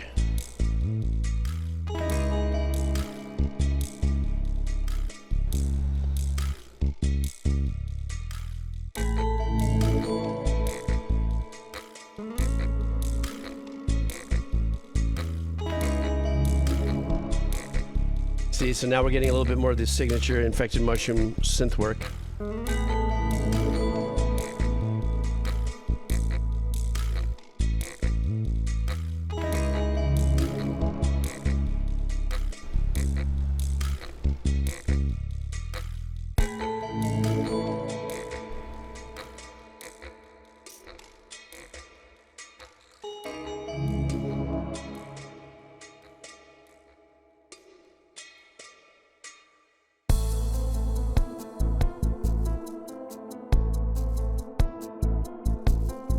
Yeah, Jacob, and I've learned more about how they approach that writing when I spoke to him about how he does infuse that live instruments with the EDM work. And I think that what makes them incredibly unique.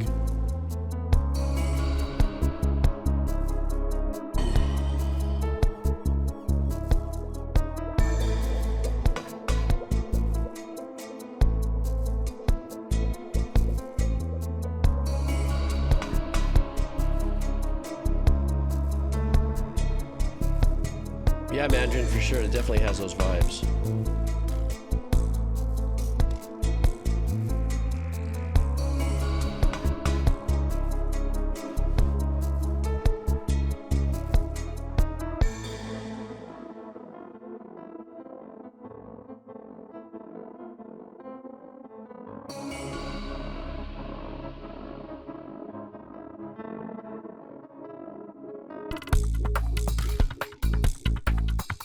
Yeah, here we go.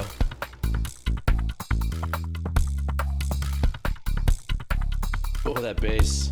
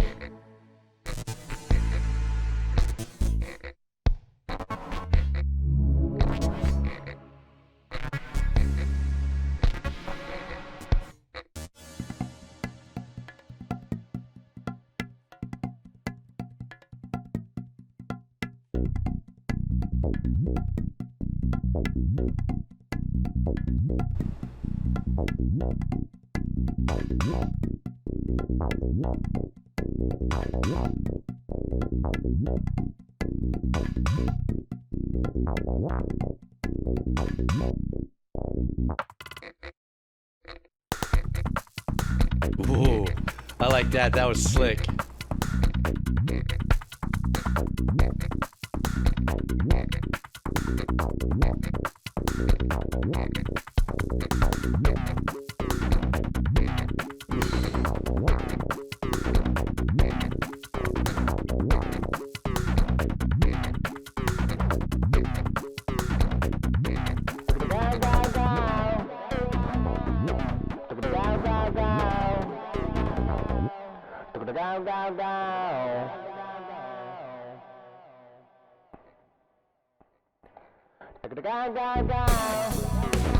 Oh, that was great. Damn, that was smoking.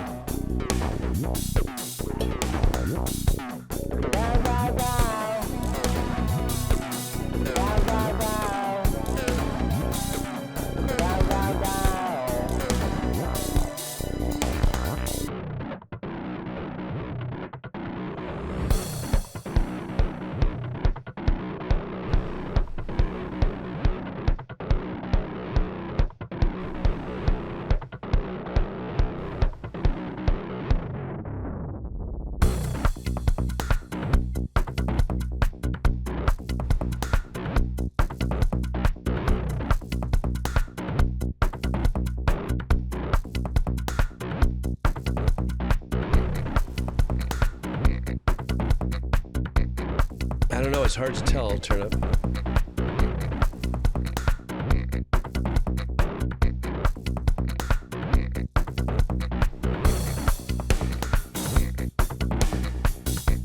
See, I like how that grinds into a little cut time vibe.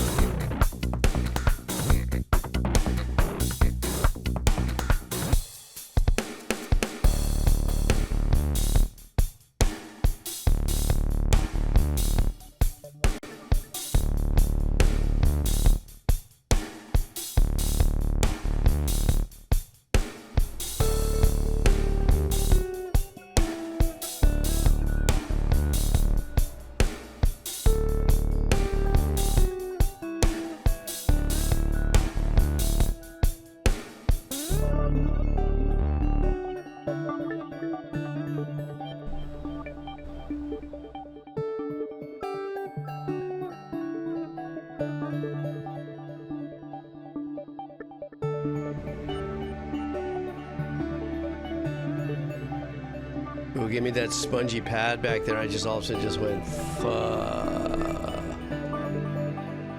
Forget about it.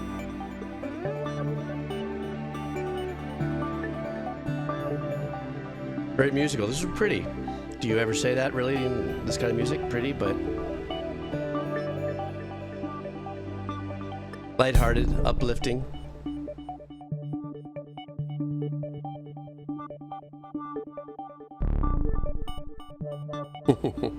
That bass. Ooh.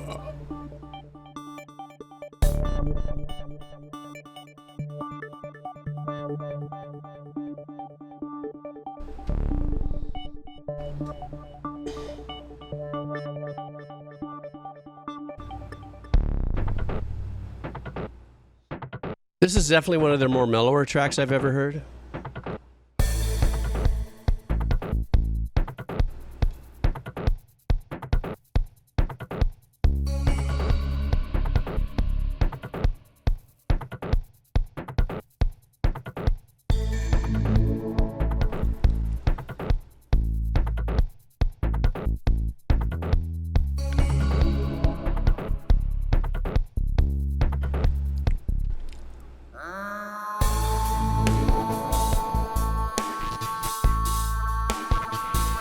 What I also love about it is they're using some live drums here.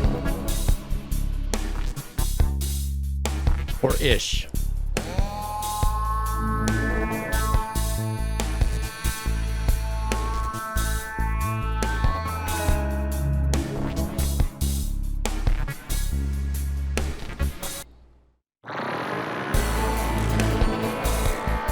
is nice right here.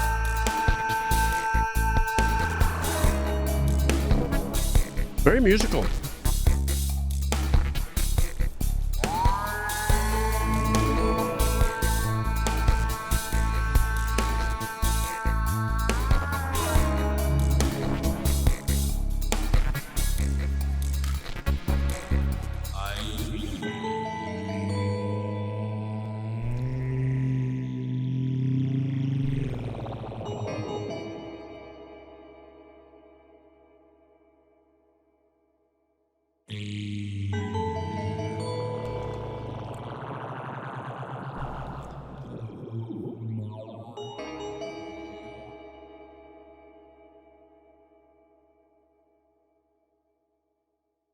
What a great track.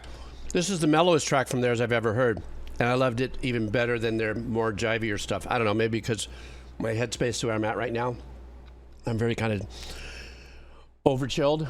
It's always perfect to listen to this. But, you know, as I'm listening to this, I'm trying to remember some of the things that we talked about, Ezra and I, and how he, regardless of what he has built his success on with his partner on the EDM style, he's really a fiend for stringed instruments and stuff like that. He has a tremendous collection at his house from around the world. He likes to infuse, like I think it was Roadkill I mentioned earlier, infuse some of the, you know, the EDM and the live music sounds. And I think it's extraordinary. It's got a very unique, they both, as Sleep Token, I mean, I was reading a thing here, I'm sorry, as Infected Mushroom, as a team, they both have very creative and unique rhythmic break-ins and breakouts, offbeat entrances and stuff like that. So this was a great track, and like I said, this was the most mellowest one out of all of them. Unshod PvP, yes, actually, I just got through doing on my Decomposer Lounge. I just did a review of, what was it called? Engaged or Disengaged or something. Their latest one. And so, yeah, it's over there. I think Sleep Token is an extraordinarily unique band, and I think they're going to go miles, kind of things. Yeah, bro, my ear bowls are definitely overheating, but I'm still going, man. This next one is coming from Ice Hat. Ice Hat, are you here, my friend? Erp. Let's do this. Let me see what I got here. Where is Ice Hat? Emergence. Yes, thank you. I blew it at 1 a.m. You know that was going to happen. Ice Hat, we are doing some metal. Waking my ass up. We're going to be listening to Christodoulou, and the name of the track is Into the Doldrums. And big love for the Big G. Oh, hey, thank you so much, Ice Hat. That's very kind of you, and thank you for your dono. If you're still here, you're hanging out. If not, you know where to get it. Hey, Big G, what's happening? I hope you've been keeping healthy and well. Yes, I have, and rested. Thank you very much. Here's another Chris track, real original for me, I know. You do bring them all in. This track is played during the exploration phase of a regular level, so a different flavor of the good Chris soup we all know.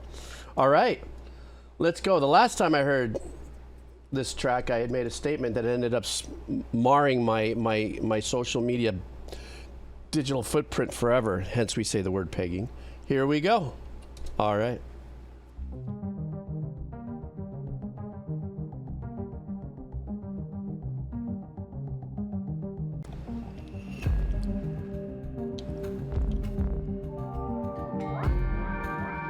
You know, I love the fact that the robot in the picture here is holding the ukulele. I love that.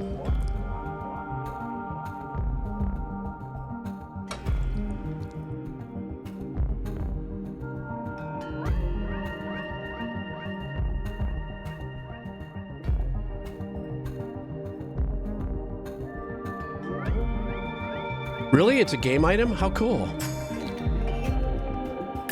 I didn't know that.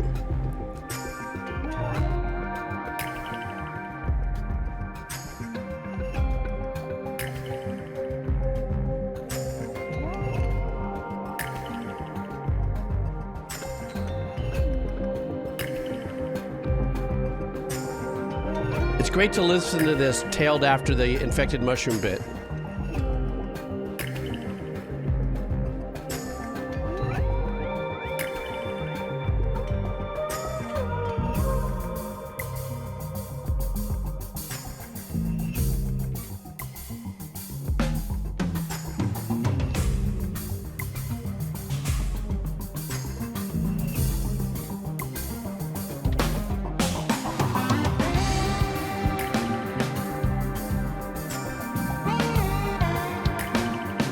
just had to have been such a dream job for him.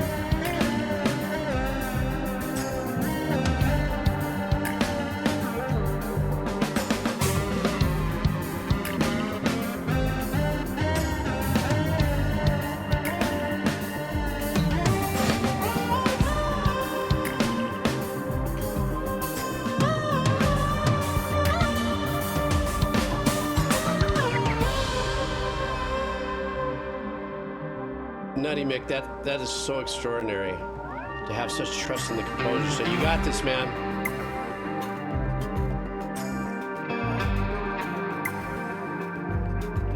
I mean, I can feel it in his arrangements as it's like saying they gave me 5 minutes to do what I wanted, so I'm going to do the job that I feel is what the game is going to pull for me, but I'm also going to give it a couple of extra levels of my own personal exploration in arrangements and composition.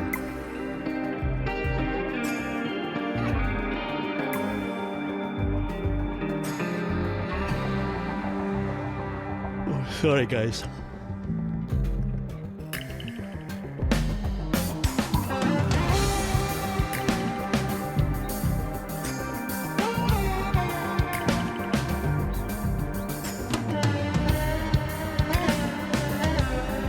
What a great choice for that lead sound.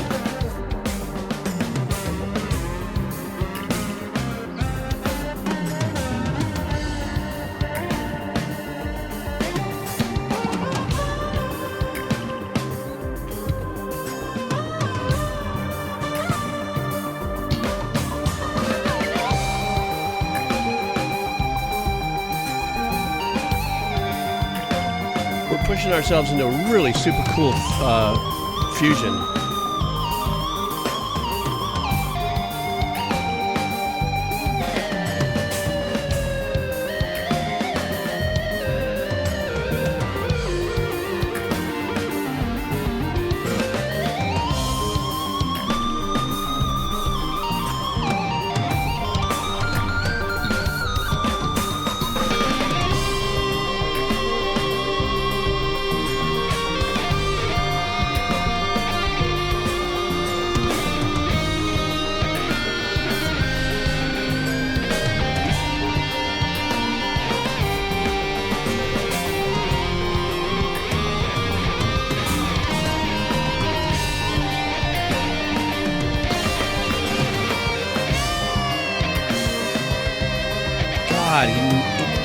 The way he finishes these tracks off.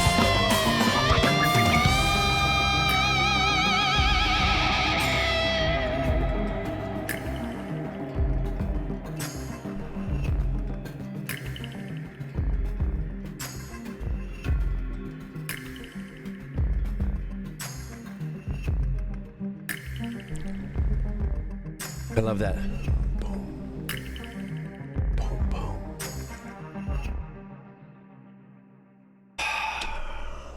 What an amen moment. You know, they just gave him the Willy Wonka gold ticket to just really express himself. And of course, you know, already understanding what the game's about, the success of the first one, apparently, as I was reading. And they just give it to him and let him run with it. It's amazing. I look at this as going, who gets this opportunity? Well, first of all, who gets this opportunity? Somebody who deserves it, I'm just saying.